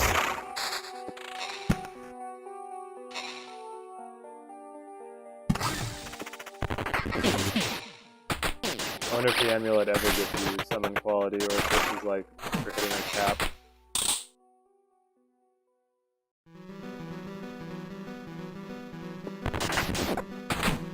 It is hard to differentiate the regen ring versus the skeleton quality ring. We can extend the blood grove, which I think we will here.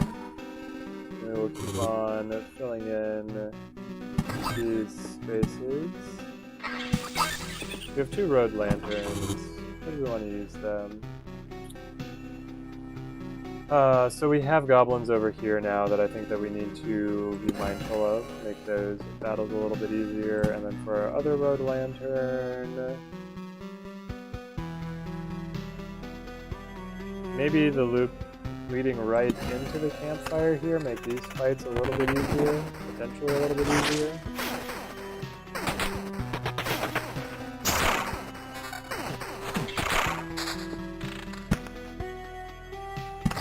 There's another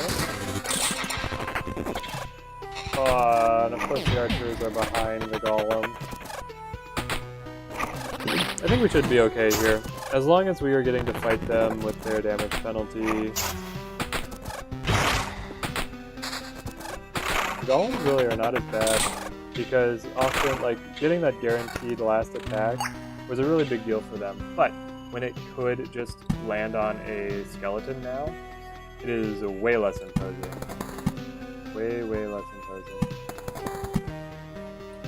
Keep on trying to fill up these treasuries, and then I don't know, we're looking pretty good. We will get... We lose a max skeleton, but I think that's okay. We keep our summon quality really high. We're still looking for an amulet with summon quality just to go crazy on the summon quality. I want to see if there is a 4th type of skeleton. You have the basic, you have the warrior, and then you have this tank. Or what are they calling it? A skeleton guard or something? Let's see if we get one. I want to double check. There he is. Skeleton guard. Is there another type? Or once we reach the 100% threshold. Now that is also assuming that the game has not capped the stat and kept amulets from ever having enter summon quality. Which it may very well have done. I'll put the village over here, I guess. Another spider cocoon. We'll keep the spiders coming around areas that we have the blood grove. Ooh, they get the archers this time. Because a harpy came in and messed it up. Ouch.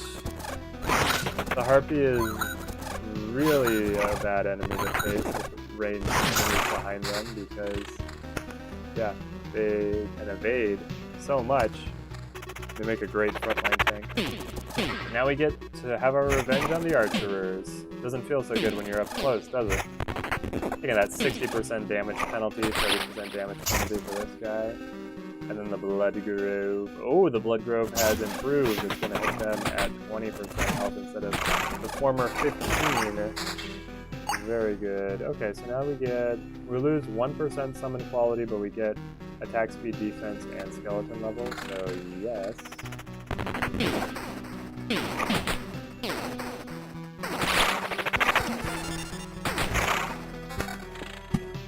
I don't know if I'm still waiting for the amulet with the quality on it.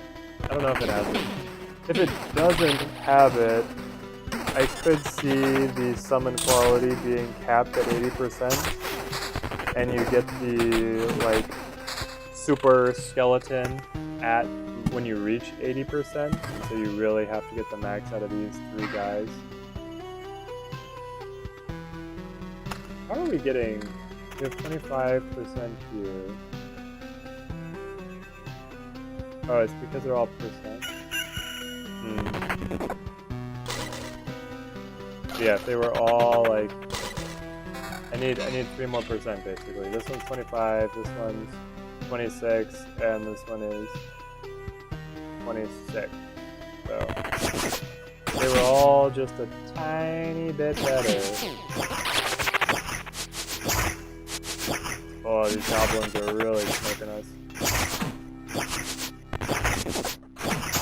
Come on. Come on. Please. One of them turned into a ghost to boot. Gosh. Yeah, I'll try and get some health here, and I don't really want to fight bandits. Hey, we finished our next treasury. What do we get? What do we get? Ah, is this the amulet? Yes! This is it! Summon quality plus 25%, regeneration and defense. Okay, so, does summon quality cap at 100%? It does not. You can go over 100%. We are at 102% summon quality. Is there a brand new enemy type, hitherto unseen, that we are going to get to witness? Please, oh please. Okay, we got the warrior. And we got the guard. We got another warrior. Throwing out those lightnings. Okay, so we just got the normal ones there.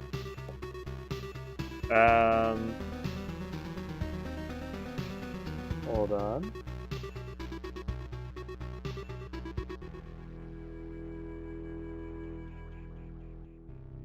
Hey, oh.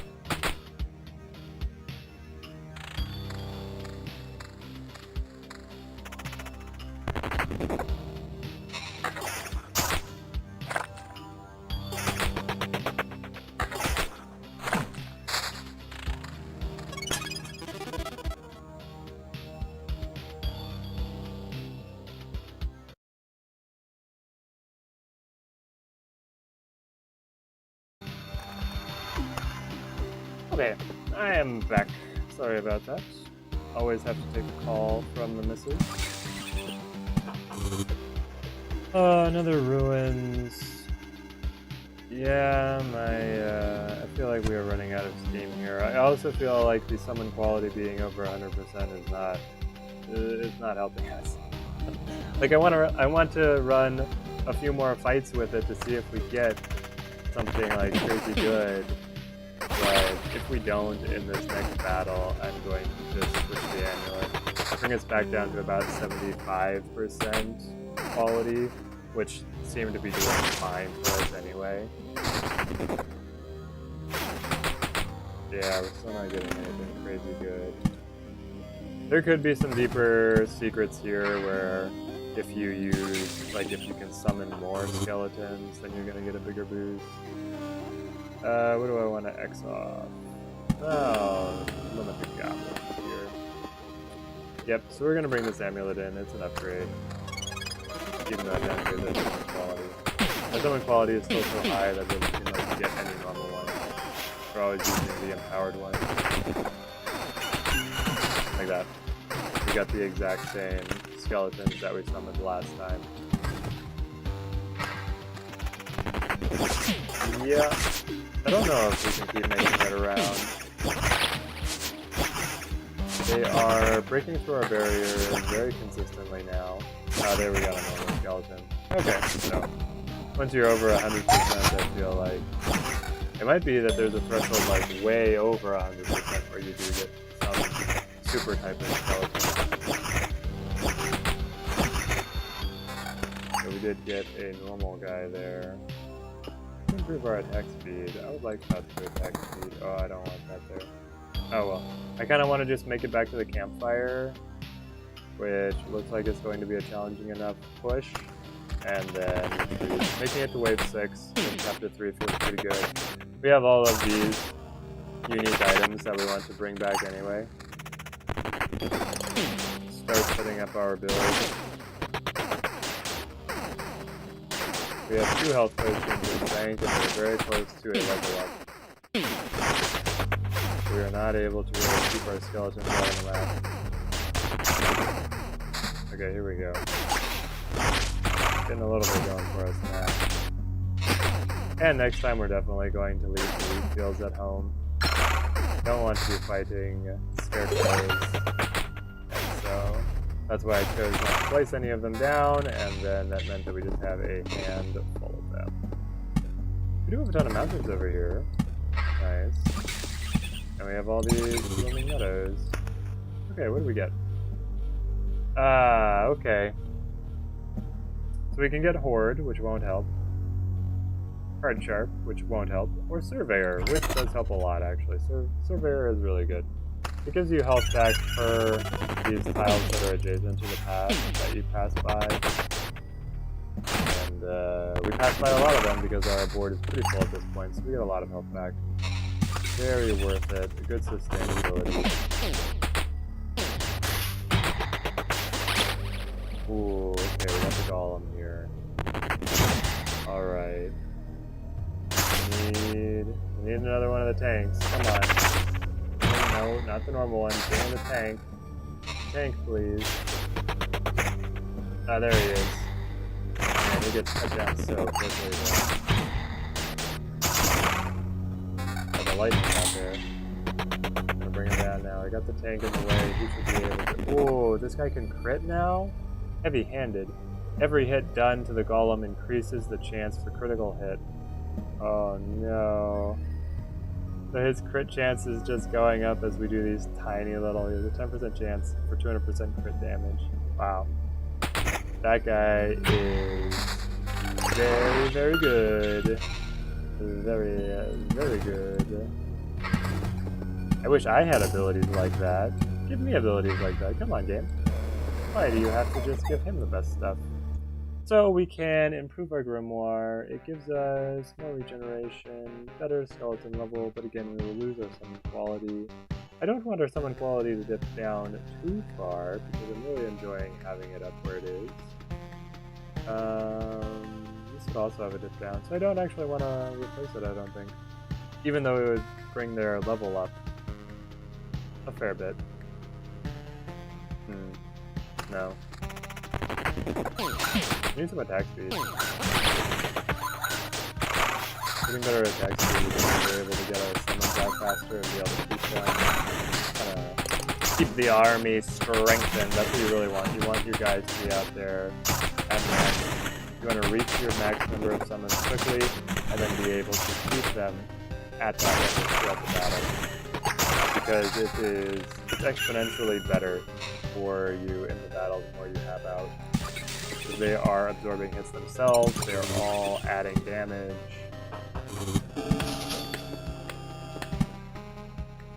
Yeah, little rock in there. So here we get the chance, 16% attack speed. It would just cost us 26% summon quality.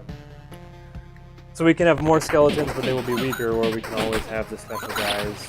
I feel like I want to keep it around the 70% mark because that's where you get the tanks. And the tank skeleton definitely seems to be best. Being able to guarantee that he's the one being attacked. And he's pretty tough. High defense, high health, being able to take a number of hits. Very beneficial. I'm going to put this up on auto just so I don't forget. Because I really don't think that we are making it around another time. Especially not here where we watch all our health points and switch runs to stay alive. Okay, so we have to make it through combat with the archers. One slime is going to make that nasty. I could just Oblivion this if we are not looking too great, and then we make it. That's the plan. Kill it fast. Oh gosh, kill it fast. No. It's so strong. Okay, we got it. Now, I definitely think we can beat the archers. Because they get all this damage penalty right now. And I think that the Blood Grove is going to actually take them out so they don't retreat. Yep, that's what it looks like. Haha, got him. Okay. Can we win this fight? Yes, we can. Oh, they got one back. One just fallen. There's an archer now. Well, only one of them is too bad. Okay, better safe than sorry. And I'm pretty sure I would have been sorry there. Okay. Retreat. Keep it all. Take all you can and give nothing back. Okay. We want to go to supply here and see what we got. So this is going into the furniture zone. This is giving us a tool, and I believe this is also going to be a tool. Raises the chance of finding a rare item by 10%. Wow. That feels like it's pretty significant. It's fun. And the Intel Center is ours. We've done it. We will build it here. Okay. Here's what I've managed. Oh, that's the girl. Okay, here's what I've managed to learn. The world consists of darkness and fragments of your memories for a quite short period of time. Nothing is stable. But this is not completely true. There are some key memories that drastically change everything. By keeping a log of your expeditions, we're adding pieces of the picture together.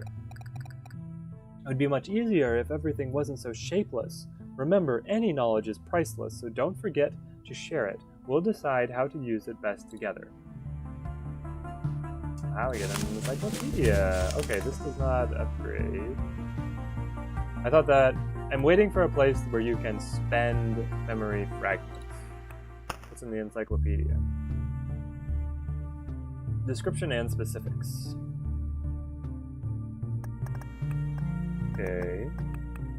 So is this just the tooltips for everything, looks like? Yep. Okay, so we have... Oh wait, what? Count's lands? The village is thriving under the vampire's protection and its inhabitants are very generous. Heals and gives a quest with a better reward. Okay, so when you have a vampire mansion next to the village, they get overrun. You have to fight them with the ghouls for 3 rounds, and then you get the Count's lands, which is an improved village. It is the ransacked village. So you have village, ransacked village, Count's lands.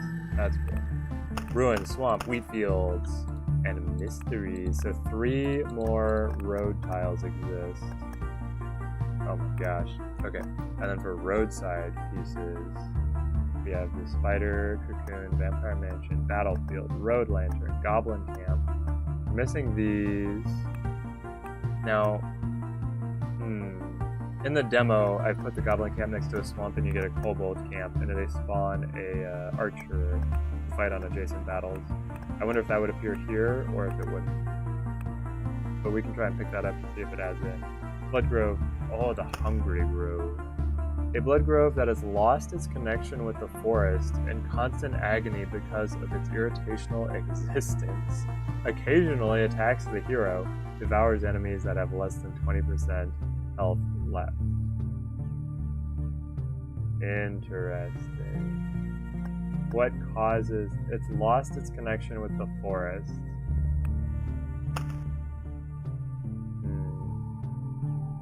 And here's the bandits. They don't say anything about spawning the black slimes, but they do spawn black slimes.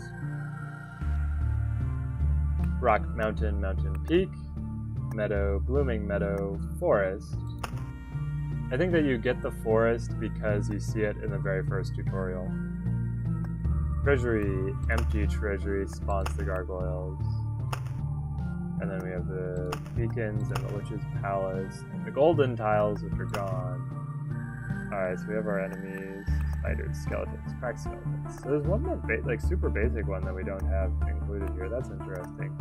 Chest, mimic, blood pots, ghost, ghost of a ghost, crime and matter, vampires, swarm of bats, goblins, goblin leaders, ghouls, bandits, harpies, flesh golems, gargoyles, mosquitoes, scarecrow, scorchworms. There's the dark slime. Tell me about this.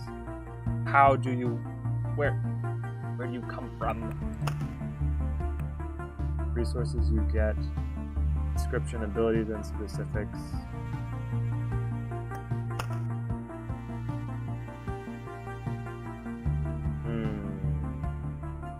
Being one of the few indigenous species of these strange times, the dark slime feels very much at home in the ruins of the Forgotten World.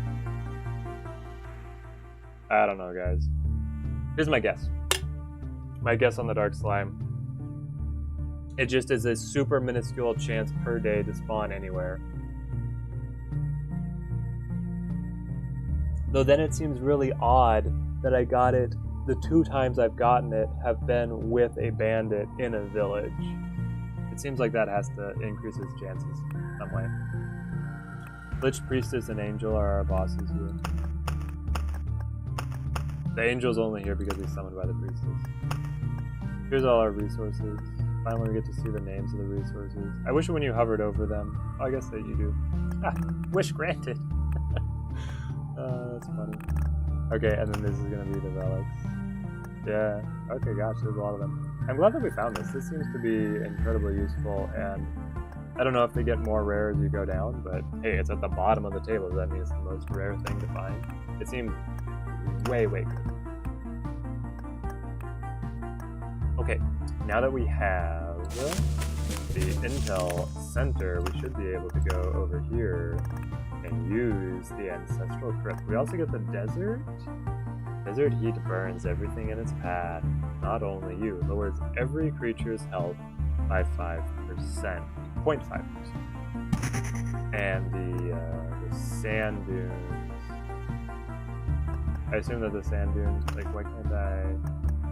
How does this work? Rock or mountain? Why can't I click on the mountain game? Let me mouse over it. I mean, I guess I could go back to the encyclopedia, but I don't want to go back to the encyclopedia. Okay, so we have this, which increases our health, and this, which lowers our health. Now we have this. Plus 3 health for every enemy with a soul killed. Removes health bonus from armor. Well, we don't wear armor. Grants you 1 resurrection after the hero's death.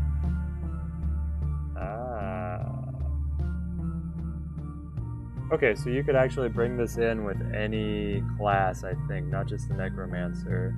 It's just uniquely tailored to helping the Necromancer because he doesn't wear armor. So being able to get this increased health is really good. Interesting. Man, my mind is full of ideas on how I want to use these new combinations. And we can actually, we have an increased deck size now. We have 15 instead of 12. What did that? I want to know. If I click on this, is that a gold? It's like has a different border. What are the gold cards? The game has promised me gold cards. Okay, so many options.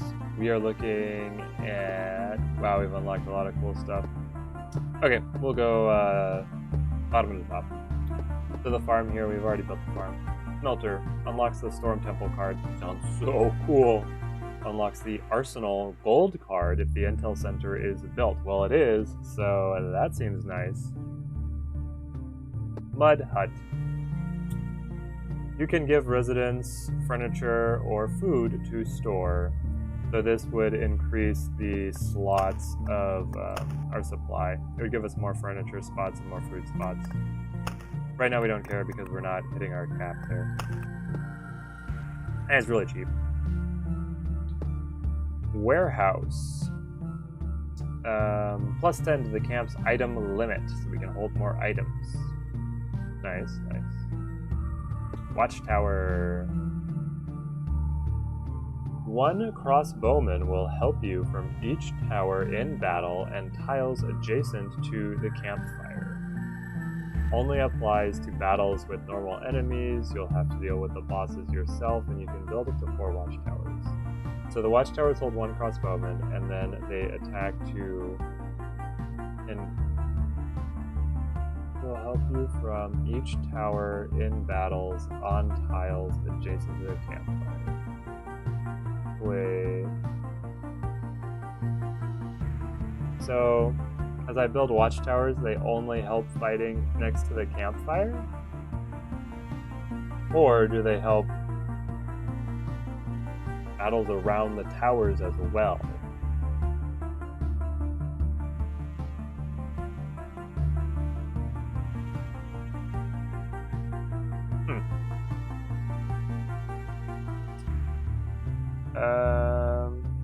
I want to try it. I don't know what to make of it yet, though. Library. Allows you to unlock additional pages in the encyclopedia in exchange for the secret knowledge resource. Unlocks the Bookery card. Unlocks the Maze of Memories golden card if the Intel Center is built. Oh, this all sounds so cool. I'll get the forest. This is the Lumberjack's domain. Unlocks the forest and thicket cards. What do you mean, Lumberjack's domain? Is that a new enemy type? Oh, here, we're gonna get the Lumberjack. My guess is this is another class. It is gonna be like a barbarian, and this is gonna be another class. War camp. I don't know what these would be. Okay, and river. Unlocks the river card. But we don't know what the river does. Well, we want forests. Oh, wow.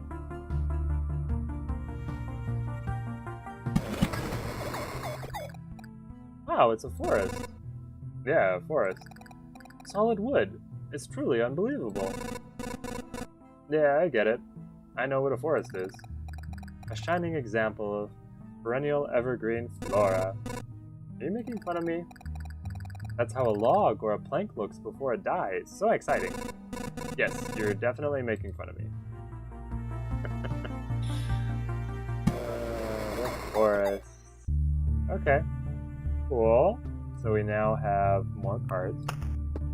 And then... oh, sweet. We could go immediately into the war camp. Increases the hero's strength by 4% and unlocks the Outpost card. Man, we are unlocking so much stuff all together right now. This is sweet. After an expedition, it gives you 1 splinter for every completed loop, but no more than the amount of tiles around the Lumberjack's hut. Unlocks the ability to craft furniture if the supply depot is built. Okay, so it's not actually a new class. Sad. I wanted another new class. Somebody has to wear that funky helmet, right? Who is it gonna be? How do we get the guy who wears the helmet?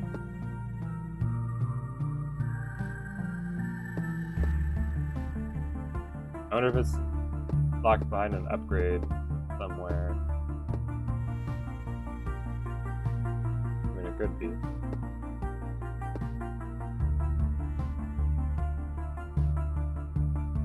Man, I really want the smelter now. It's so far down there.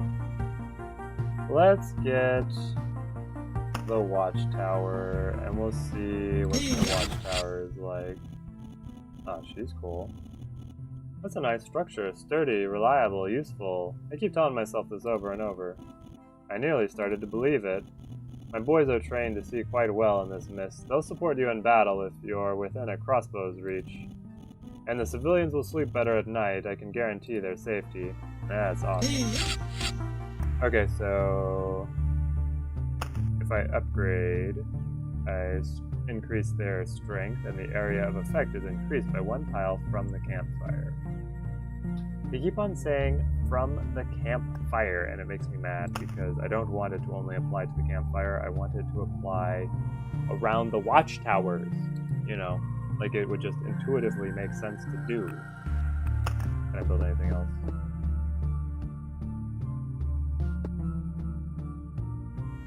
Oh. It's because the watchtower is not a card. The watchtower is a building. I thought it was giving me a card, and then when I got the card, I could put the watchtower down on the map and have like an area where they're gonna help me. But no, it is just a building that I build here, and the guys go to the campfire when I go on my expedition, and they help me from there. They're basically sitting in the camp from the watchtower, watching me walk around in circles. And they're like, oh, he's close enough, we'll help him. Okay, I got it now.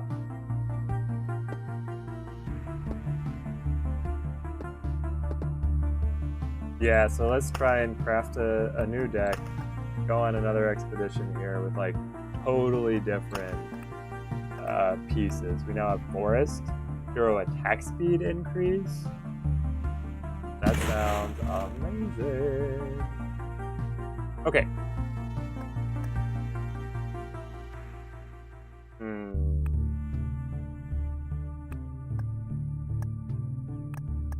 You remove wheat fields for sure. I will keep ruins. Is this the build? This build feels very scattered. It's gonna have so many different types of things. I wonder what kind of set bonuses these have. I guess that's what we're here to find out, right? And this Ancestral Crypt. We're gonna play the Necromancer with the Crypt to see how well that does. I dropped Wheat Fields is the one big drop here. Otherwise, we've added Forest and Desert and kind of diluted everything then. But I feel like it's a tough call. The Meadow's health every day is really nice. The Desert lowering creatures' health by 0.5%. Now, it will also lower our health, but when the thing is that it's also going to lower our summons health, and I don't like that. Our summons are so important for us. Having the increased attack speed over the forest seems nice. I mean, I might drop Desert, but I want to play with it because it's new, so we're going to lock it in. We'll refine the deck more later, I guess. And I basically just locked into playing the Necromancer over and over, but is there... Let's do 1 resurrection after Vera's death. Where do I want to put you? If I surround you by something, do you improve? Maybe. Who knows? Find out.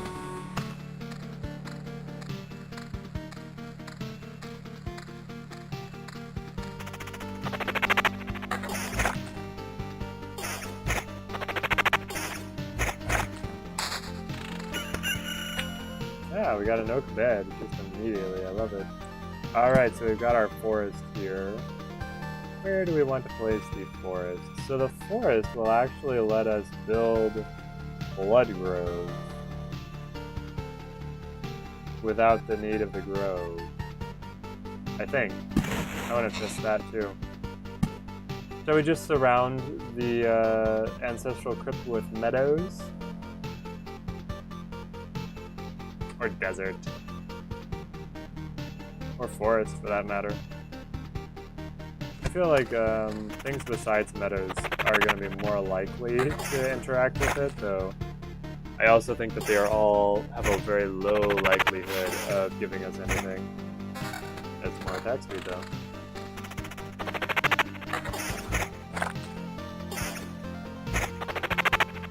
Is the forest everyone's attack speed, or is it only ours? It's hero attack speed, so that's very nice. Look at that hill. I kind of want to surround it with mountains. But then that will mess up our peak. I guess we could still have the peak form off to the side. Sure.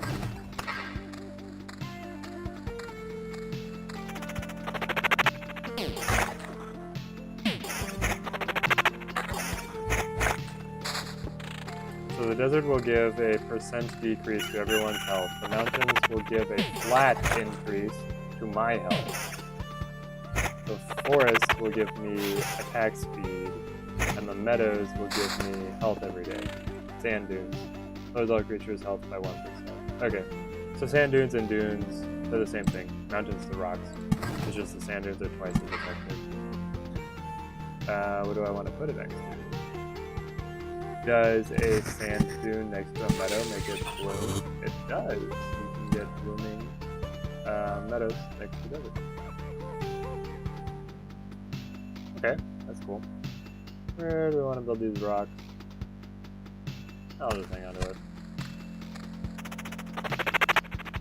So, desert might seem really odd as why you would ever bring it.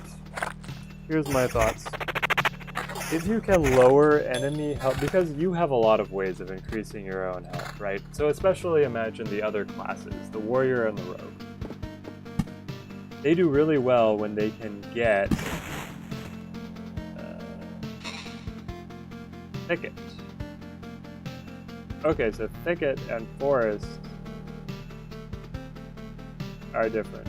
2%, 1%. Wow, our attack speed is gonna go crazy. Absolutely. There we go. All four of them right together. It is satisfying to look at. Back to why you take desert. Or why you might take desert. I don't know. I've never played it. We got a name? I keep getting distracted. But and it was just the thicket.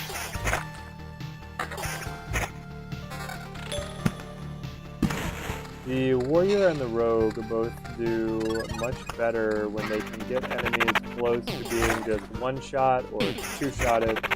It's when they get dragged into these extended fights that they get bogged down and beaten. So, and they have enormous health pools, right? They're wearing armor, that gives them a bunch of health. You can build mountains, that's going to give you a bunch of health back. I want to just start experimenting with like surrounding tons of stuff with other stuff.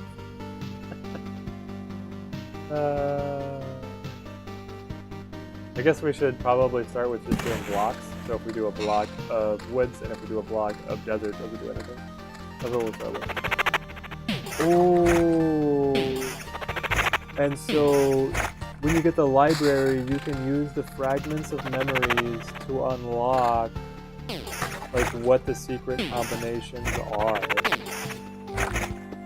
That's what they're for. Oh man, I love it.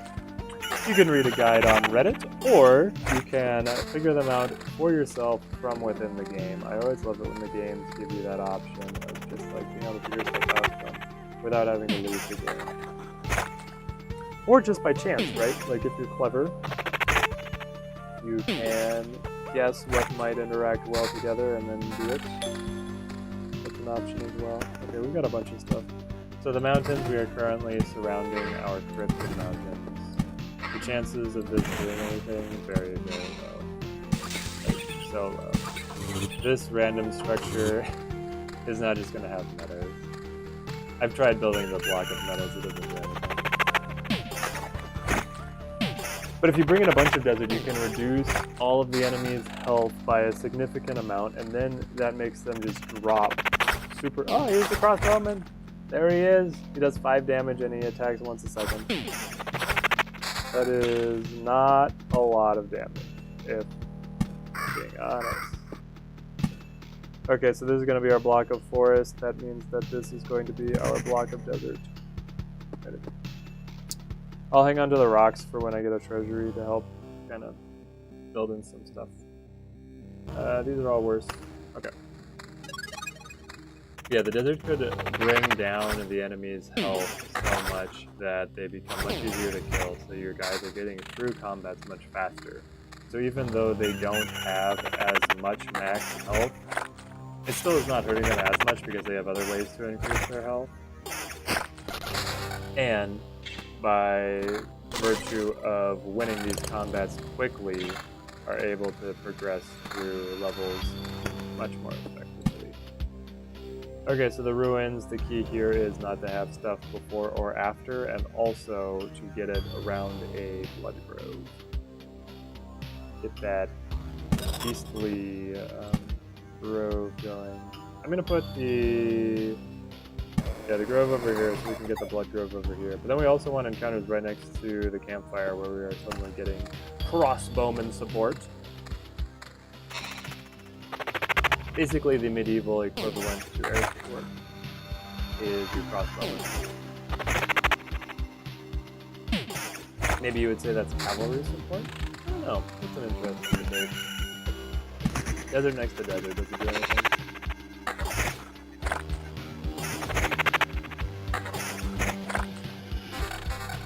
I think they still just say desert.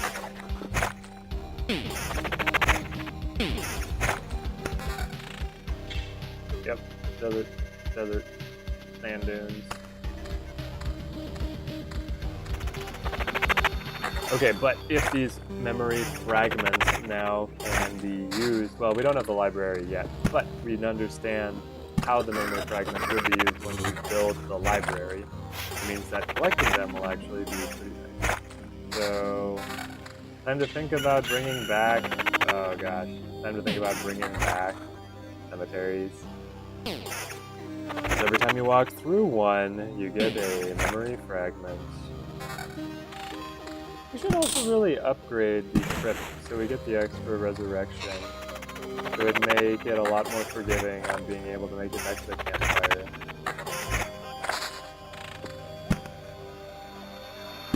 I'm also curious how resurrections work, like, with a boss battle. If I die in the boss battle, do I still, quote-unquote, leave? Is the boss dead? Do I just come back with 15% health and I'm still fighting the boss? Or do I come back and then the boss is still there, I do another loop and then fight them again? If I make it. I mean, I probably wouldn't at that point, but a number of interesting questions to ponder.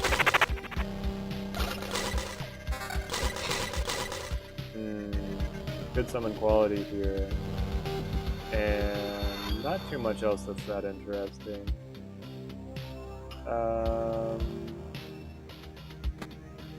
Yeah, let's get the summon quality up high enough so that we can get the tanks. That's kind of a great point for you to be at. We get good attack speed here.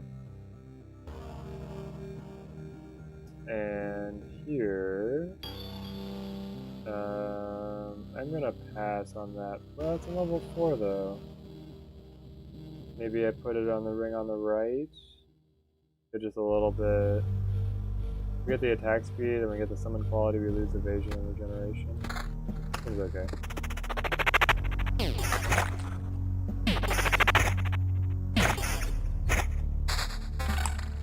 Ah, there's our blood grove. Help us deal with these pesky ruins.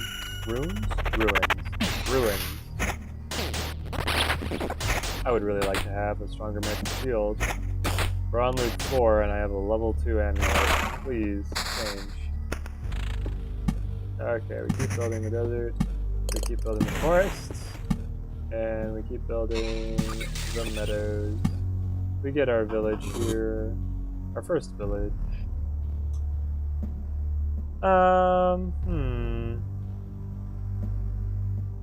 I don't know, somewhere close to the campfire over here for some health back, I think.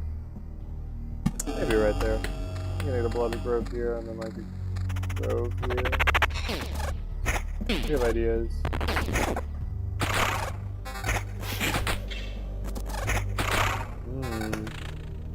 Really good. We got the amulet upgrade we were looking for. And here... I don't know, I'm not thrilled by that ring, so... 'Cause it seems like I mean, the Necromancer just plays through his skeletons. So the most impactful stats are skeleton level, skeleton quality, number of skeletons, and attack speed. What are the other things that then you're neglecting? You're neglecting evasion. Yeah, I don't care about evasion. You're neglecting defense. Also don't care about defense. And you're neglecting regeneration. Regeneration is the one there that, like, it is useful, but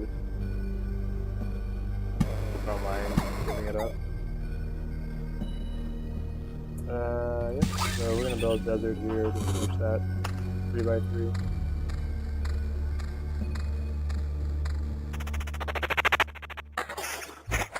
Man, I'm still loving it that we made it to chapter 3 so quickly. I was fully expecting to just be grinding it out in chapter 2 for forever today. Spiders next to the Blood Grove. Nice. Oh, and you'd also be focusing on all the skeleton stats and neglecting some attack speed. But you can make up for that with the forest now. So that's great.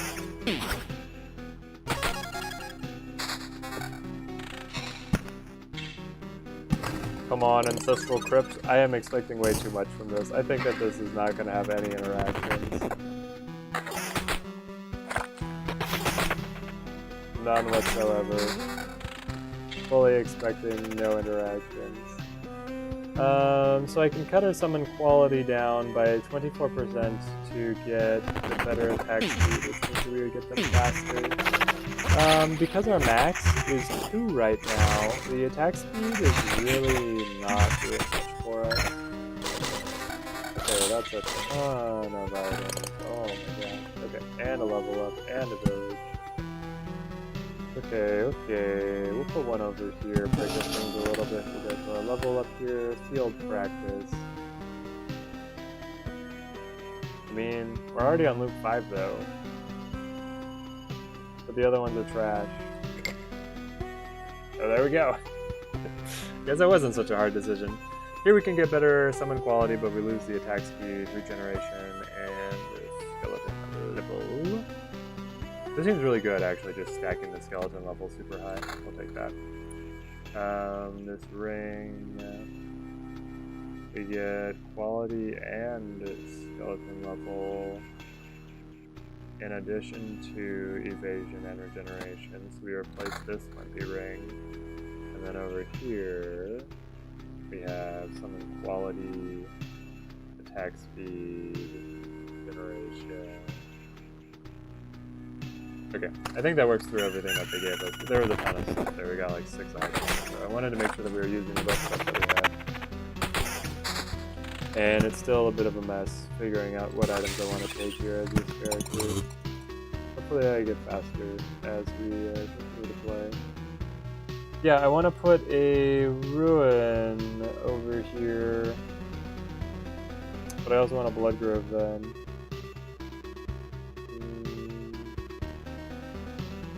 Bandit camp, I want to meet that. We'll just go over here. Goodbye, bandits. I don't like you. You take away my items.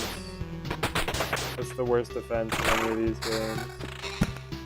The items are sacred. Oh, whoa, whoa, whoa! Oh, ho, ho, ho! We got something extra. Come on, I want to see what it is. Okay, so we have built 1, 2, 3, 10 forests. 10 forests gives us a village question mark. A result of the forest's attempts to understand human civilization spawns a training dummy every 2 days, appears every 10 forest/thicket tiles.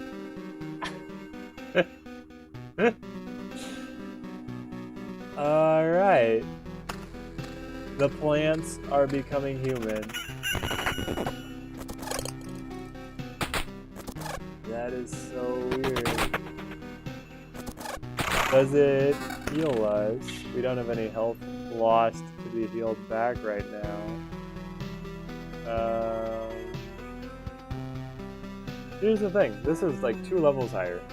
It gives us 60 more magic health, which is the main appeal. But we lose 25% summon quality, and we lose, it's only a fraction of summon skeleton level.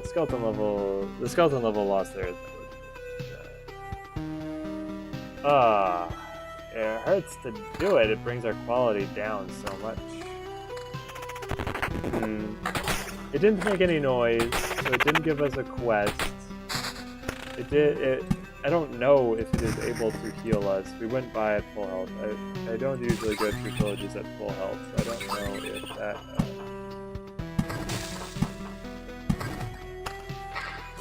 if it would still make the healing sound, or what happened. We might be able to see here, actually. We might come out of this at full health, see what this one does. Oh, there, it got the thing down. Let's see what that is like. Whole rabbit trail of bizarrety. Okay, so what do the deserts do? The deserts have to do something similar, right? The deserts are going to bring in something. The rocks and mountains bring in goblins. The meadows bring in nothing, as far as we know. The forests bring in weird villages. I wonder what they're going to call this. And the deserts, we don't know yet. Okay, there's a goblin. There's no cards to deal with it right now. Here is our trusty archerer. And what did we take? We took the thing where we get skeleton level further. That's good. I'm glad we did. Evasion chance. Yeah, I don't care about that. And defense, I also don't care about that. Okay, so where do we want to place our next? Yeah, I guess I'll put it over here. But I do want to just keep on going for it. Reach the 3x3. There's no reason that it wouldn't be like larger to get a set bonus. It could be a 4x4. 4x4 would be very rare because of the way that the map is centered around the loop. Getting a space of 4x4 away from the paths. Not the easiest thing to find. Regeneration, a bunch of skeleton level. And some defense. We'll replace the level 4 ring. But we really want to get some summon quality back into the build. Right now it's very low. We also want max skeletons to go up. Okay, withering. All creatures' health is lowered by 4%. Is that because of the desert? My guess is it's the desert. Loses 1.8 health every second. Okay. I wonder if that is... It seems like the blood path... Does this have withering? It does. Common Fund. It gives one additional item for every non-chest ally present at the start of battle. That's cool. So if you fight chests now with a bunch of other enemies, after every 4 attacks, a splinter breaks off, dealing 5% damage to health. That's hilarious. So if you're just there wailing on a chest and you're not getting through it, you can actually hurt yourself. This game. Well, these don't have summon quality, so we're a little bit out of luck. Come on, guys. I believe. Ho ho ho ho ho. That is just so much skeleton level. We lose a tiny bit of defense, but I don't mind. Alright, so now you got the forest. Doesn't look like a 3x3 forest does anything.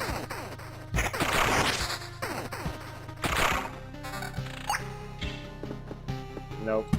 3x3 forest does nothing. Okay. Well, we tried. I can put a lantern right here. We'll keep working on the desert over here, and we get our ruins where we wanted it. We wanted the ruins there because our crossbowmen will help us fight them. We would really like to get a blood grove to be able to make sure that they die rather than just retreat. We also really want to get our max skeletons up. At least 1, preferably 2. More ruins. We'll put more ruins off alone over here. I should have put them next to the... Dang it. I should have put them next to the blood grove. I guess it's not a great spot. Wow, we have a lot of forest. Okay, we get to see the training dummies now in our next battle, our next encounter. Speed. Some attack speed.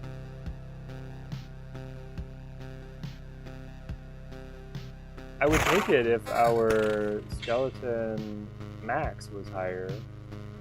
Over here we get...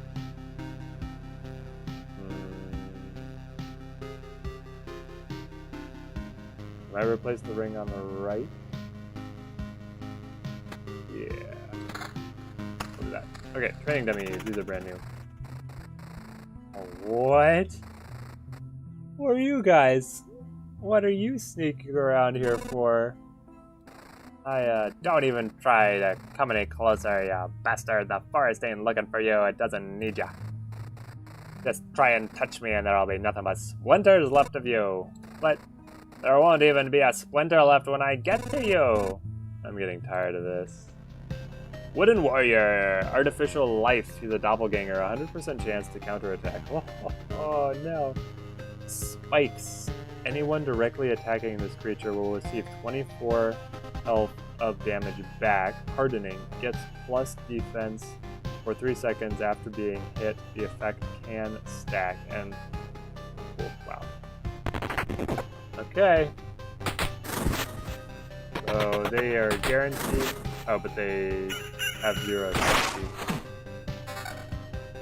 Yeah, they don't attack. Okay. So whenever you attack them, they hit you back. That's their only chance to attack. They also throw spikes to do the extra damage back. And they get additional armor after being hit. So the Necromancer is like uniquely disadvantaged. Well,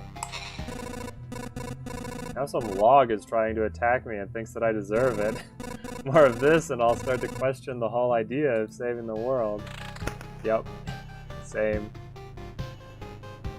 Ah, this is a beautiful piece. Brings our summon quality up.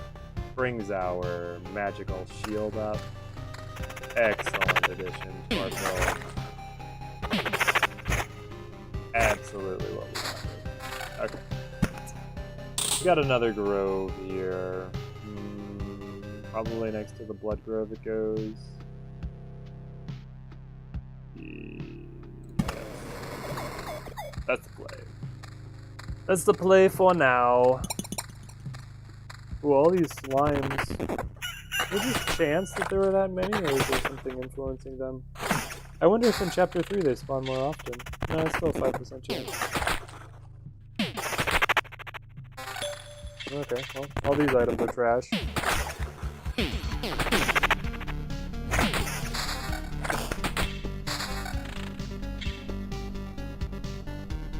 Okay, so we keep on building our 3x3 of desert to undoubtedly be disappointed in what it's going to produce. We get our mountains around the crypts, again, guaranteed to be disappointed, I think.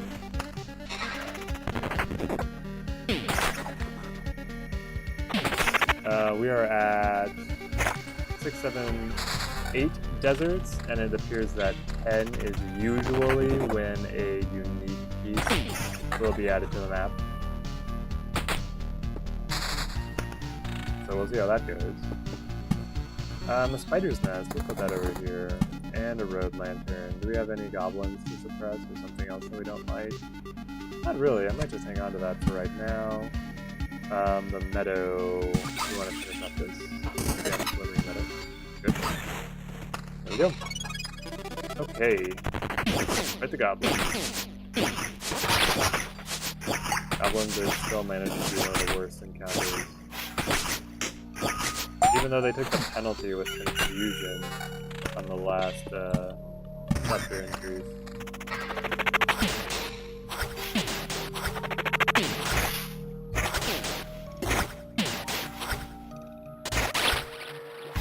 How much do I want to invest in crossbows? I do like that when they wow, there's a bunch of stuff. I do like that when you upgrade the crossbows, they can support you even farther away. They're Okay, I'm gonna put a desert over here.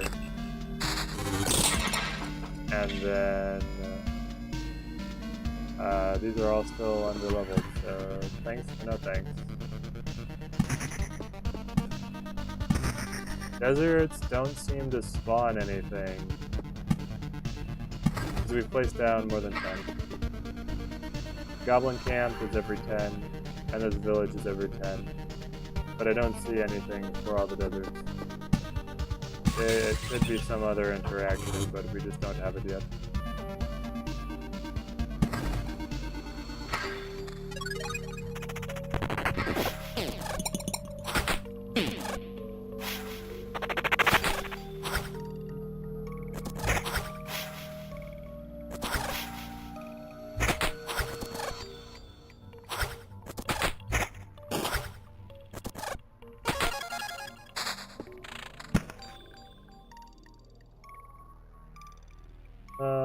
I guess we keep building around the blood grove here, though we don't want to build on that space.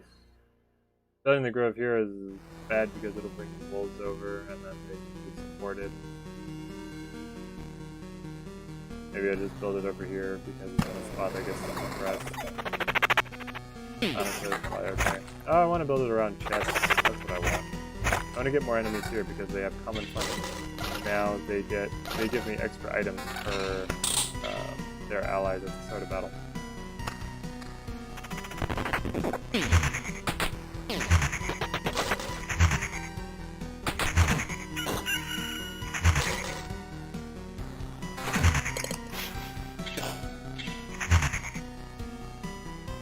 Oh, there it is, max skeletons. Yeah. Yeah. You really need to be able to get 3 of them out. I'll hold on to the rocks for now. Ah, yep, nothing. Yes, fully what I expected.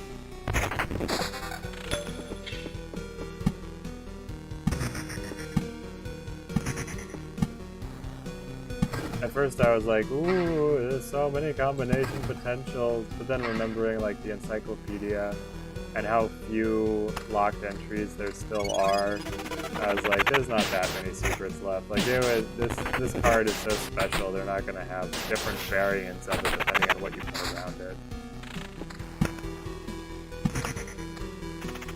But it was still worth a try. I don't regret trying. That evade was clutch. This guy can just one-shot my guys. Oh, another evade. Wow. Okay, so we get really high attack speed, but we lose summon quality. I don't want to lose summon quality right now. And it's still just a level 8 amulet. It's the same overall level.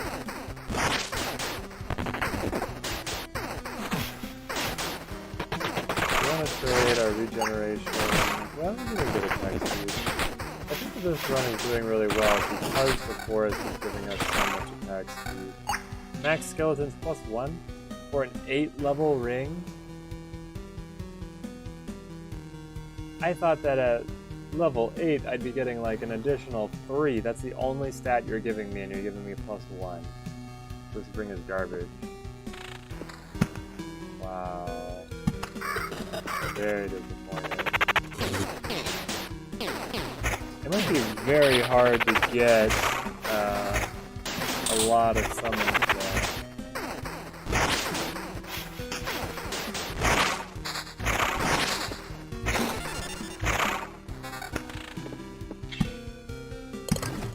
Hey, we leveled up.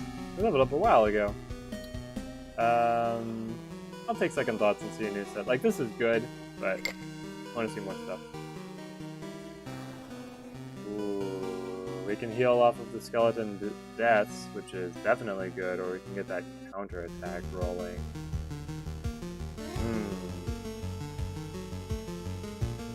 I'm gonna go for the sustain here. I think that will help us out. I'm gonna build the peak. Okay. Oh, yep. Kill it fast. All the scorched worms are gonna do a number on us.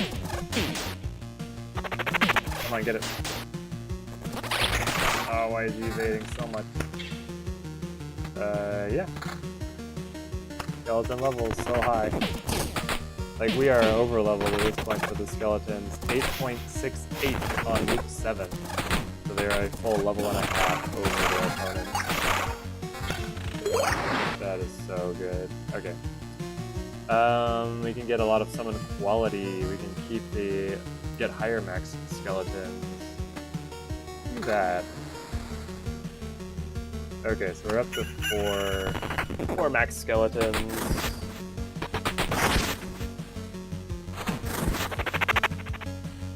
So, can these guys ever beat the Necromancer? The answer is no. They can never attack the Necromancer. The Necromancer simply summons skeletons, and the skeletons do the attacking, and then they take the counterattacks. So these guys would be way worse for the rogue or warrior to deal with. I wonder if damage all triggers counterattacks by them. Because if that's the case, then like, if you build damage all on the warrior, you're just gonna get leveled. But otherwise, you're still fighting them only one at a time, which is not too bad. Alright, let's get rid of all these worms. Nah, they're retreating, that's not good. Yeah, one of them went down. And another. Okay. We're only gonna have to deal with one archer. But there's no fight on the other side, so it doesn't matter. That should finish our peak. As soon as we get out of battle here. There it goes. I'm feeling pretty good about this run. I think that we might be able to see the boss. Maybe that will be the end point of this stream. The end point of last stream was seeing the level 2 boss, and this might be seeing the level 3 boss. We will probably get our butt handed to us, but I really want to see what he's like. He looks awesome. He looks super awesome. Another ruins. I don't like ruins.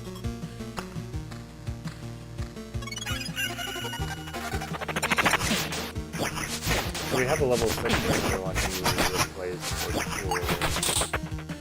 This is a level 7. The thing is, it's giving us summon quality, and I like having this high summon quality. I guess the summon quality is high enough that I'd be willing to part with it for other good stats. Like, this would give me skeleton level, evasion, and defense. But it's also going to reduce the max number of skeletons. I think I only want to upgrade when I can have the same max number of skeletons. I want to be able to have 4. I want to see what it's like to have 5. Like, where did you go? Right? Is 4 the max? I don't think it can be the max. I don't want that. Summon quality, 27%. Yeah, see this? The straight summon quality has so little variance that it doesn't seem very good. Does that make sense? Like, the purest form of the ring that is higher leveled than the one I have now adds 1% summon quality.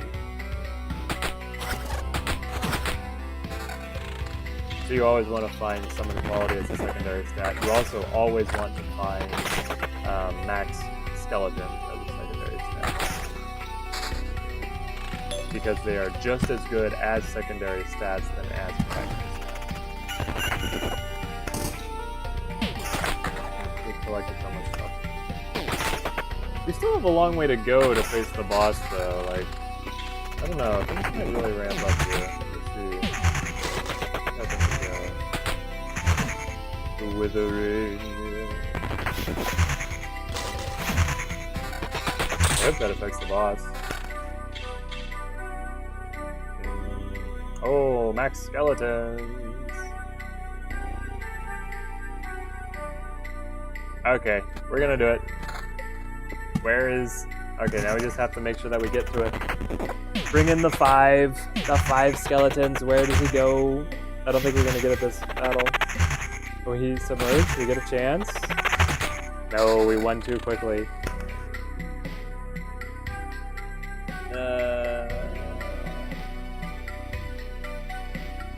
This could actually be a good addition.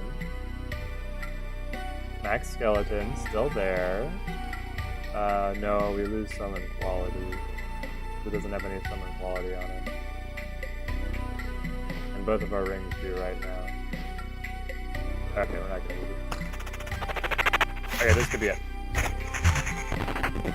So we have to beat this guy, and then we have to cut through the boxes.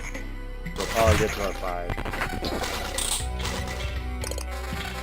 No, we didn't. Dang it. We got through them too quickly. Defense and regeneration, no.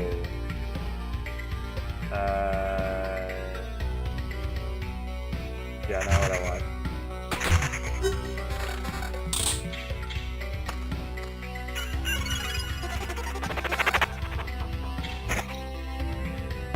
Come on. Is it too much to ask? I just want to see. Does it actually? Stony Stare lowers attack speed of all allies by 10%. This chapter 3 is really interesting because they added abilities to the enemies, but most of the abilities are negative. Nimble ignores damage to all. Like, a few of them are good. But the thing with the goblins, where they become confused and don't attack at all when someone dies, for that one, he lowers the attack speed of his neighbors. It's stuff like that that is making this not so bad. I guess all their raw stats have been increased. So the idea is that it is more up to you to manipulate the battlefield into a position that is more advantageous to you. Oh, let some of this out. What do you think a desert surrounded by, or a forest surrounded by desert is? Find out.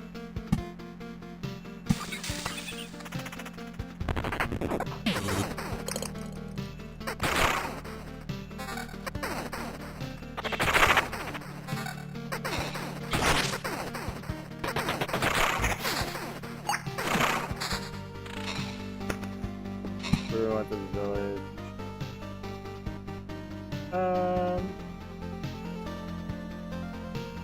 Right in front. Well, yeah, right in front of the ruins is good. That guarantees that I do not have to do this, fight this guy while these guys are helping me. Just get all the free damage on us.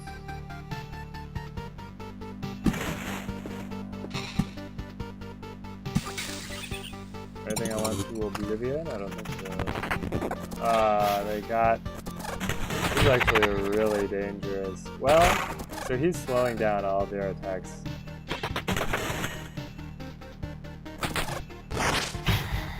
This could be the one where we get the full complement of these guys.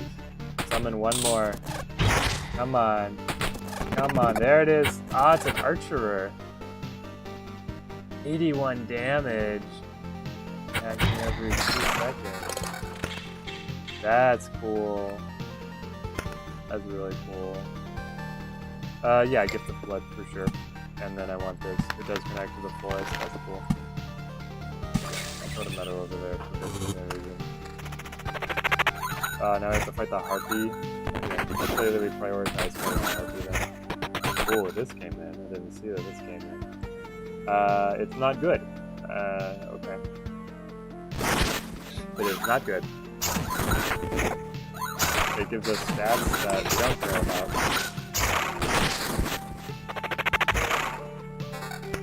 Now this one, on the other hand, gives us some summon quality. Love to see that. So it is going to reduce their level a little bit. I can sacrifice that. And still sleep at night. I think this could be a good run to be able to see the boss. Our build feels pretty solid right now. And if the boss just so happens to be however he works that he would let us build up our skeleton army, I feel like we can overpower him. Regen attack, summon quality. No? We're keeping our number of summons. We want it up at 5. Keep it high. Oh man. There's one slime backed up by 4 of the scorch worms. Here's the other bad news.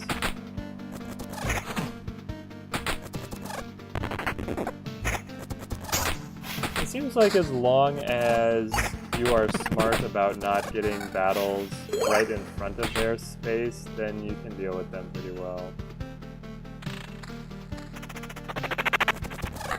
And you can use the blood growth to make sure they die so that you don't get this situation in battles after their space.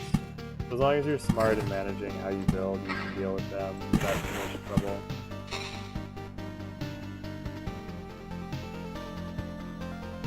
Or at least that's what I have been finding. We are filling in the map pretty extensively here. We don't even have the boss yet. I am so curious as to what he's going to be like. How badly he's going to beat me up.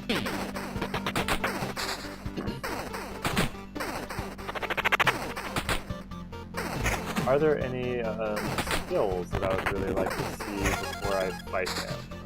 Maybe. I would really like to see something that increases max skeleton, maybe, if we could go all the way up to 6. It would also give me the freedom to more easily trade out these equipment pieces without feeling like, you know, I'm cutting down a really crucial stat that is in such short supply.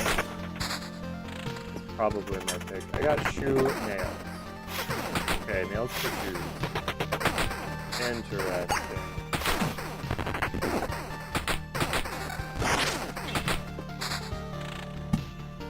Yeah, all the meta upgrades in the camp are pretty cool. Letting you get all these different stats up. We've got attackers receive 1 damage after every hit.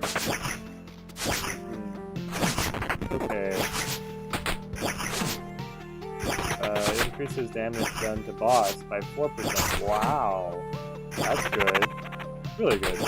5 health every time the hero equips a new item. That is cool.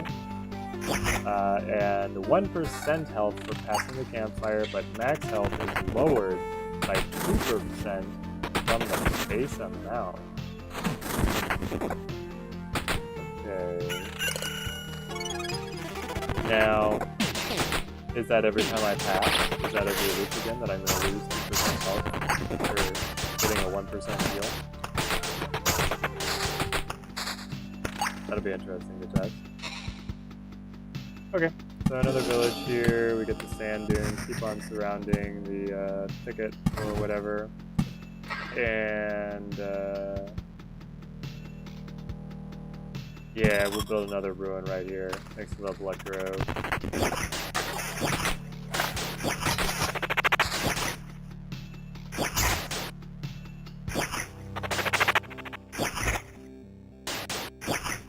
Being able to have the forests increasing our attack speed is so nice. Our attack speed is at plus 39%. That is better than some of the items that only give attack speed. That is so good. Here we've got our crossbowman helping us out. We will get through this together. Now we just wipe out the worms. Archers hate being caught in melee.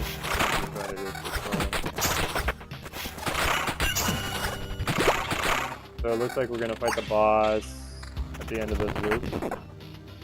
Should be on pace. Max skeletons it stays, and we get increased skeleton level. We also get defense. We lose summon quality, but our summon quality is already really high, so...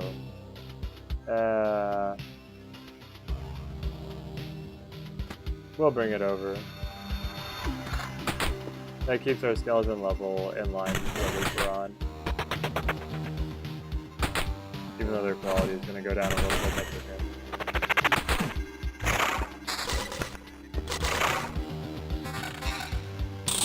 Okay. Oh wow, that just is a huge increase to their level, but we lose quality again. I don't know if we can stand losing quality again.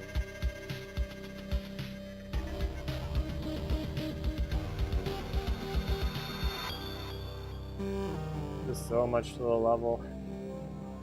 Let's do it. Let's do it. But the next time we can find quality, we will add that in. For sure. I don't know what I want to place. What do I want to do with all this stuff? All these spiders.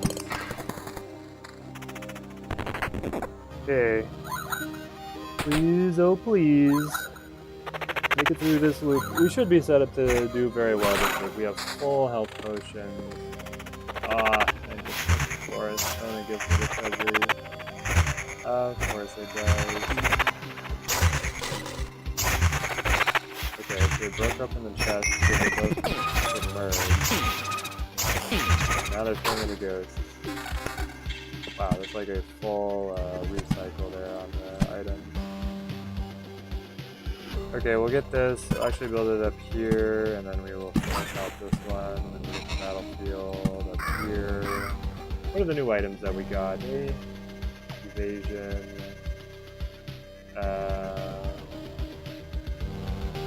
We lose skeleton level for regeneration, so we don't use that for sure. And then anything else interesting here? Skeleton level going up really high, but we do lose one max skeleton. We get some good regeneration on top of it though. I don't think so.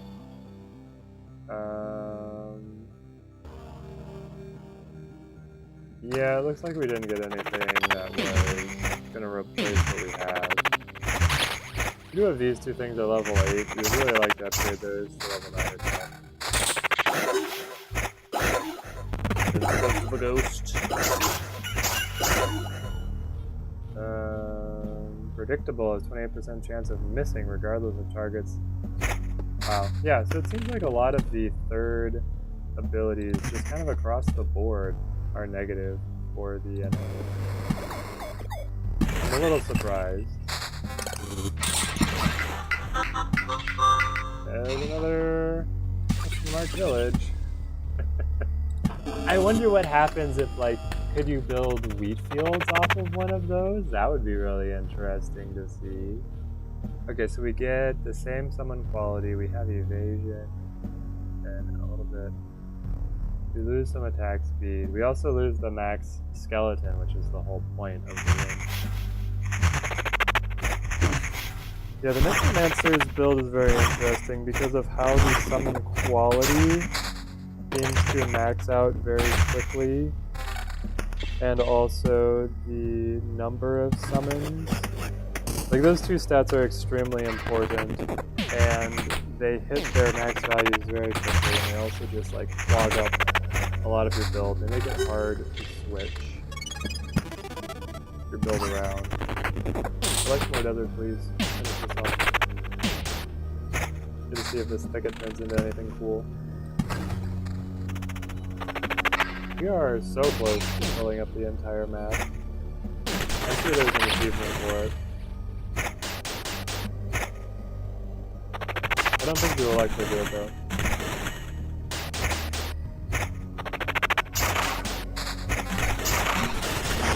A level 10 ring of evasion, no thanks.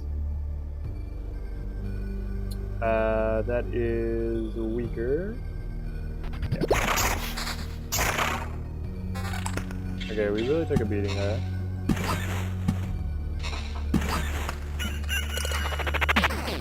Maybe I want to put in some road lanterns, make some of these encounters a little easier.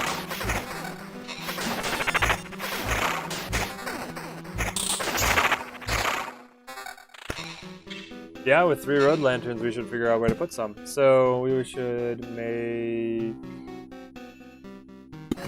these spots easier. And then what else do we want to hit? Oh, these for sure. Got the goblins right there, we don't want that.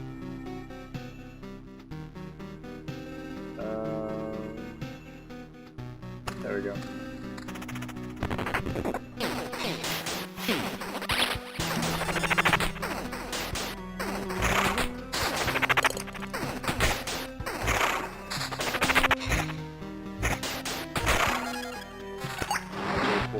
Level 11. So this is actually better now. We go up to that. Our skeleton's levels is so high. They're level 11.4, and everybody else is at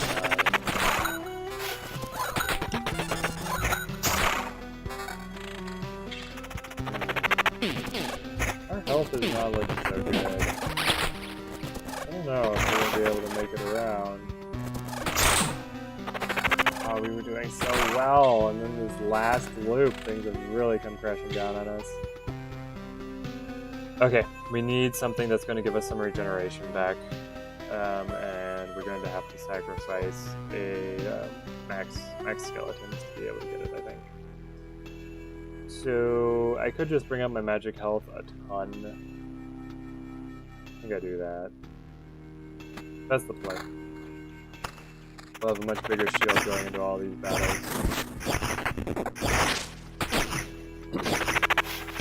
Kill the goblin. Kill the goblin. The goblin is attacking us, guys. Kill the guys, get on there. We had a ton of health back here. But we are sad that we had to use all of our potions earlier. So the more of these skeletons that keep things down, the more we are healed. We have an ability that heals us every time that happens. You would get higher attack speed here and some evasion at the cost of magic health. Okay. Our attack speed is already so high though.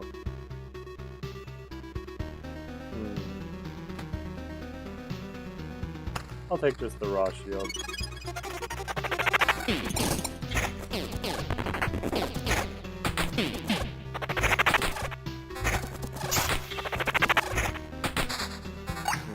Nope, I changed my mind. I like the evasion. I like the evasion, and I mean, I do like the attack speed too. Oh, they've got a gargoyle helping them. But the gargoyle is actually slowing down all their attacks. He's still dangerous for us though. Okay, summon quality is still here, but our max skeletons would go down. I do not want to drop down to 3. So we're pretty locked in this level 8 ring, which we would love to upgrade. It's not too far out of date because we're almost 9 here, but we would prefer having something else. So we feel back up to full health. We are close to getting another ability, which I am very excited for. Hopefully we can pick up something that will help us win the boss, because we are super close to summoning the boss. I really like the forests bringing in these wooden soldiers. They are just really good for the Necromancer. Forest and the Necromancer seems to synergize extremely well together. We will...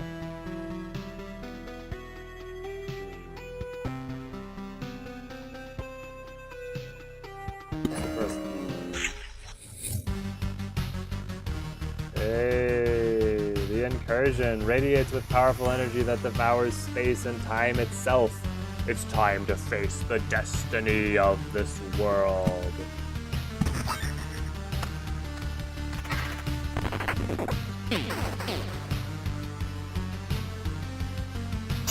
Give me a ring that allows me to support all the skeletons. Come on, that's not a ring. Give it, you know you want to.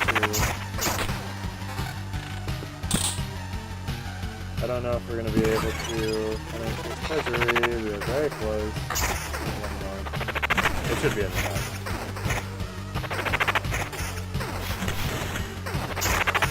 We were very close to filling up the whole map. If there's a chapter 4, you might have to fill up the entire map just to see the boss.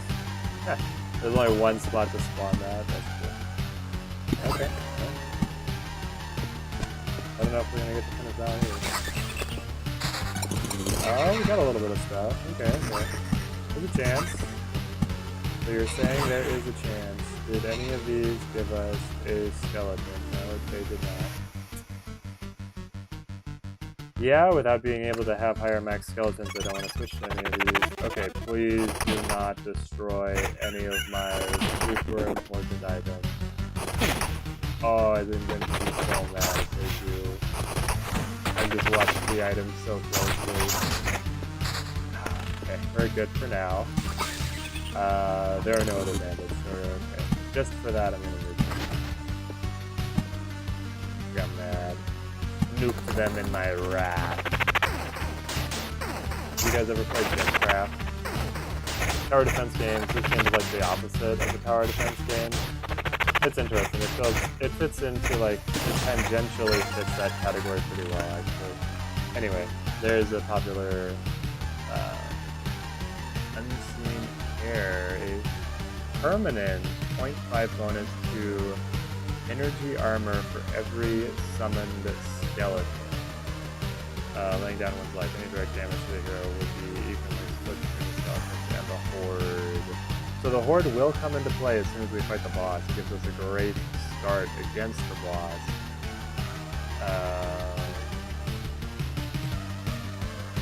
Versus energy armor. We'll take the horde. But in Gemcraft, it's a tower defense game and you are able to summon waves early in your wrath. The game is always specific to say that you are doing this in your wrath.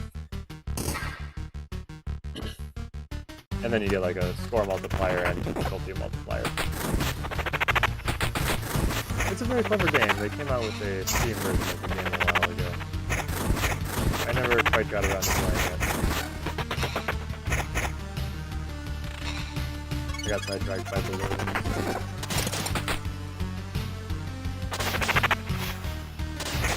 Maybe it'll be the last drop. Coming down to the very last item, you can get sometimes exactly what you need. Like when I was pulled an evasion ring with only... Oh, hey. Nope. This is better. Take it. I pulled an evasion ring with only 3 enemies to go to fight the Lich when I was doing a run where I was trying to beat him on my very first expedition. And the key there is just getting evasion. I didn't have very much evasion in my build. So I was pretty pessimistic on my chances, but with that ring I won. And it was like it was all down to that evasion. So... Okay, they've done a number on us right here late in the day, but we are about to fight the boss of Chapter 3. Aww. Know your place, dog. Not the most polite greeting I've heard. Oh, excuse me, I wasn't talking to you. My loyal hounds like to fool around sometimes. Keeping discipline is important. Ooh. And as for you, my little hero, so now he's getting support from the Scorchworms. We have unwittingly screwed ourselves. Yes. Who are you? Oh, well, let's see. Sometimes the need arises to kill the whole herd in the pen. But not without reason, of course. And as you start killing them, a couple of bulls break the fence and escape into the forest. But that won't do. You need to kill every one of them. That's the point, you know. That's where the hunter comes in. He will track down every rebellious bull and shoot it. So don't even try talking to me about politeness, my little hero. How polite is it of you not only to avoid world annihilation, but to resist this magnificent process? I've heard enough of this kind of talk. I beg your pardon?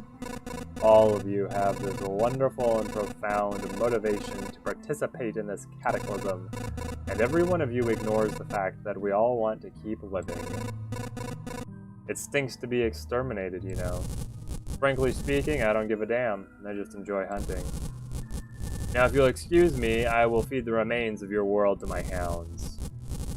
They'll eat it all in one bite as if their stomachs were black holes. I hope you're as bad at hunting as you are at jokes. Never mind. You'll get my joke very soon. Get him! Ooh. Okay. You got the Hunter. He's cosmic, he has a soul. He never misses. The Kennel. Damage is increased by 100% and 30% max health is healed after the death of an ally. So if we kill his hounds, he will go crazy. Hunter's Horn. Fills the hound's attack bar by 50% instead of every second attack. So he makes his hounds attack for him instead of doing some of his attacks. Which, his damage is honestly not that high. Star Gunpowder. Forces the hero to stop attacking and attack another target instead. So it looks like it's set up that you are pretty much forced to kill the hounds to power him up. And here, the other hound will also get stronger when his friend dies and jump. Escapes to the astral plane after 3 hits and forces the hero to attack another target, returns after 3 attacks, and deals a critical hit with 300% damage. And of course, they are backed up by triple hits. Just our Lord. Let's see how this goes. We have no potion. Yeah. We're in a bad way.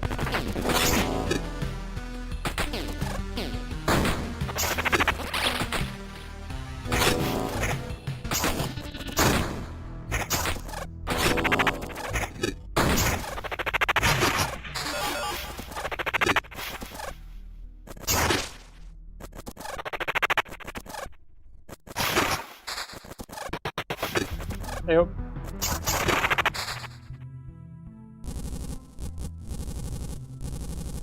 Oh. Hello. No. Yep. I'll let you know when I'm on my way.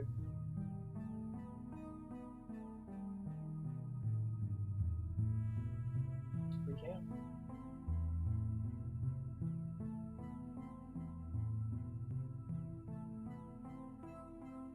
Sounds good. Love you, babe. Bye.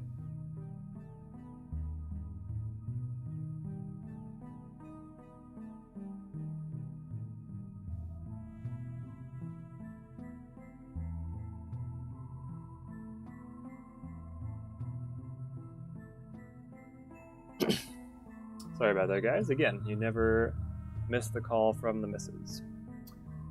This is incredible. We beat the Chapter 3 boss on our first attempt. The Necromancer seems a little too good. He seems a little too good, honestly. And this was even with the boss being supported by ranged allies. These Scorched Worms were helping him out. Okay. Oh, that was so much fun. What a shame. Cornered by my own target and killed. Now tell me everything you know. Oh, please. You don't really think that this is the moment when I acknowledge your power and tell you all I know out of sheer respect, do you? I'm dying here, you know. It's not a great time for revelations. And also, you've killed my hounds, you bastard. You think I feel good about that? Don't confuse your motivation with mine. I hope you don't have this annoying habit of coming back to life unharmed, do you?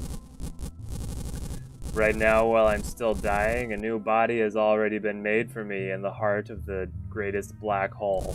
So yes, I will be back. Don't think that everything is so simple. My hunt shall continue, and there's no place in the universe where I couldn't track you down. You don't have to make things so complicated. I'm not going anywhere, and I'm not gonna hide. I feel better knowing that you're wasting your time fighting me instead of destroying other worlds. I hear the sound of a horn and the barking of my loyal hounds. A new hunt begins. A new hunt. These guys are a real nuisance. They give me hope, though. They wouldn't waste their time on me if I wasn't a real threat to their goal. Hey. For whom the horn tolls. The achievement that we just picked up. And we we will again just retreat, keep our resources rather than risking another loop, because we were about to die before we even got through the boss.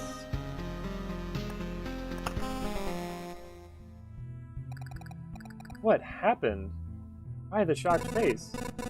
Because I was nearly torn off. I still don't quite get how I've ended up victorious. There, I think you're underestimating yourself. Achievement unlocked was not tied down. Huh. No, I'm serious. That hunter, he had black holes as hounds. I think they can swallow whole planets. And the hunter's weapon, the stars went out behind me after every shot. With all that power, he could destroy an entire galaxy. And I'm sure he's already done so a few times. I don't understand how I could be a match to fight him. But I'm afraid I'm realizing it's true for both the Lich and the Priestess as well. Oh no, don't tell me this encounter has broken you. Look, this place is becoming better. You mustn't give up. What are you talking about? It's quite the opposite. I am fully confident that we will succeed. It's not just coincidence. I have the power to fight this evil and I have a chance to beat it. Chance to beat it, huh? Well, I guess the luck is on your side. Where is this story going to go? Well, let's check our post-game supplies here. We are going to... Ooh, do we want to use some of these things? Yes, this is just straight good. Attackers receive 1 damage after every hit. Does that include me? Do I count as an attacker? Will I always take 1 damage? Or is it only enemies? It would probably say enemies, right? Increases damage on the boss by 4%. Yes, please. 1% health for passing the campfire, but max health is lowered by 2% from the base amount.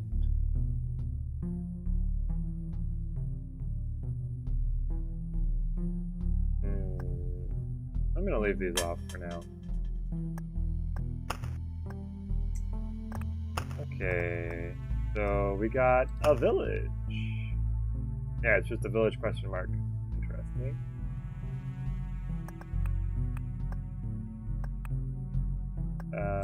We got the desert and the sand dunes here, and we got the thicket. And the ancestral crypt. Ah, so it is a gold card. That's cool. Gold cards, super good. What else? Did we see any new enemies? This, the wooden warrior. Kinda cool. And we got the hunter and the hunter hounds. So I think this is gonna be our final boss on the next one. Picked up the oak bed. 2 nails. Yeah, they don't elaborate here. Too bad. Okay, what upgrades can we get? I really want to get the library, but we don't have any of this resource. Also, it's keeping us from getting the river, it appears. I could build the lumberjack to get extra splinters.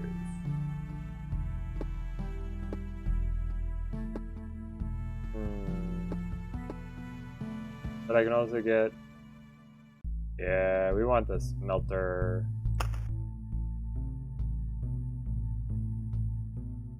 Wait.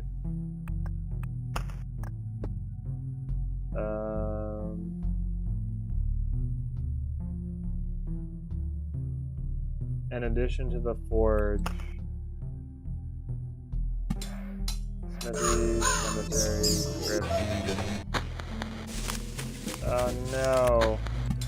Oh, I could destroy the survivor tent.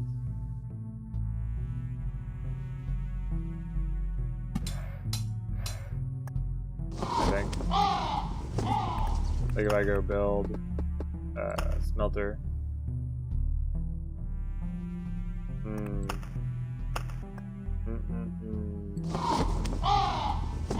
Inhabitants will gladly move to better housing if you build it. So, if we build a mud hut, Will that allow us to get the smelter? Say we build this right here. We're one step closer to proudly calling our humble camp a village, even though it's just a shelter half covered in mud. But we are really grateful. People are very excited. Exhausted, both physically and mentally. Some private space to call a home would bring some happiness. Yes, move. Get out of here. Upgrade, and then get more slots.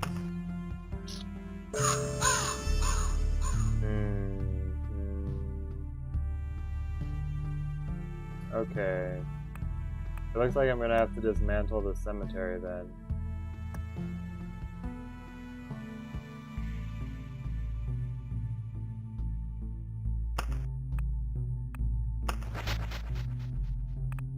And we get an achievement for that, naturally.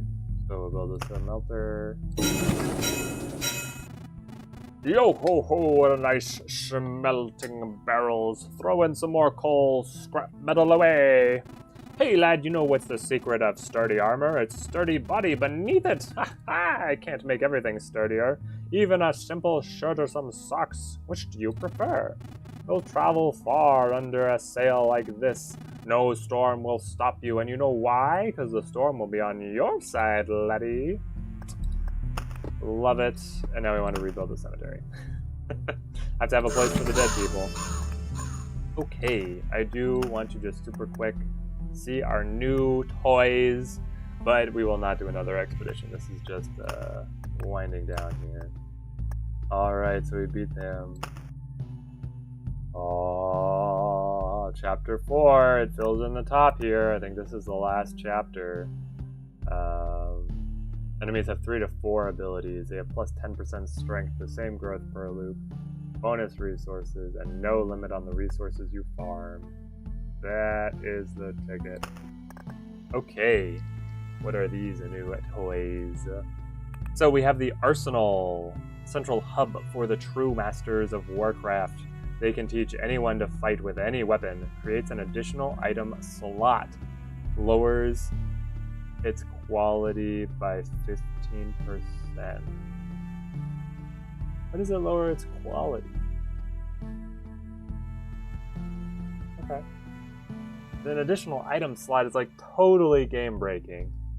Totally game breaking. My guess is this is the helmet, that all classes can wear a helmet if you build the arsenal. That's simple. Okay, Storm Temple. This is the same as Oblivion's beacons and treasuries. Strikes 2 random targets in its range with lightning every 5 seconds. Lightning cannot be evaded. Effects of multiple temples can stack. So here's my guess, is that you build this and it has a radius that could be as big as the beacon, it could just be as big as like the battlefield, just right around it. And then in the battles that take place around it, it's gonna throw down lightning. And so it could hit you, but if you are fighting multiple enemies, it's more likely to hit them. So it's good for the rogue and it's good for the warriors. And then it probably has some other cool interaction. Alright, well, today we accomplished so much. We beat Chapter 2 and we beat Chapter 3. We unlocked the Necromancer, we learned the Necromancer, we played the Necromancer pretty much straight through all the way, and we got a bunch of upgrades here on the camp. We were looking at starting Chapter 4 on our next time out. This is super exciting, so thank you guys for watching. I've been Teddy Ninja. I hope that you are enjoying the Loop Hero gameplay that we've been slogging through. Have a good one, guys.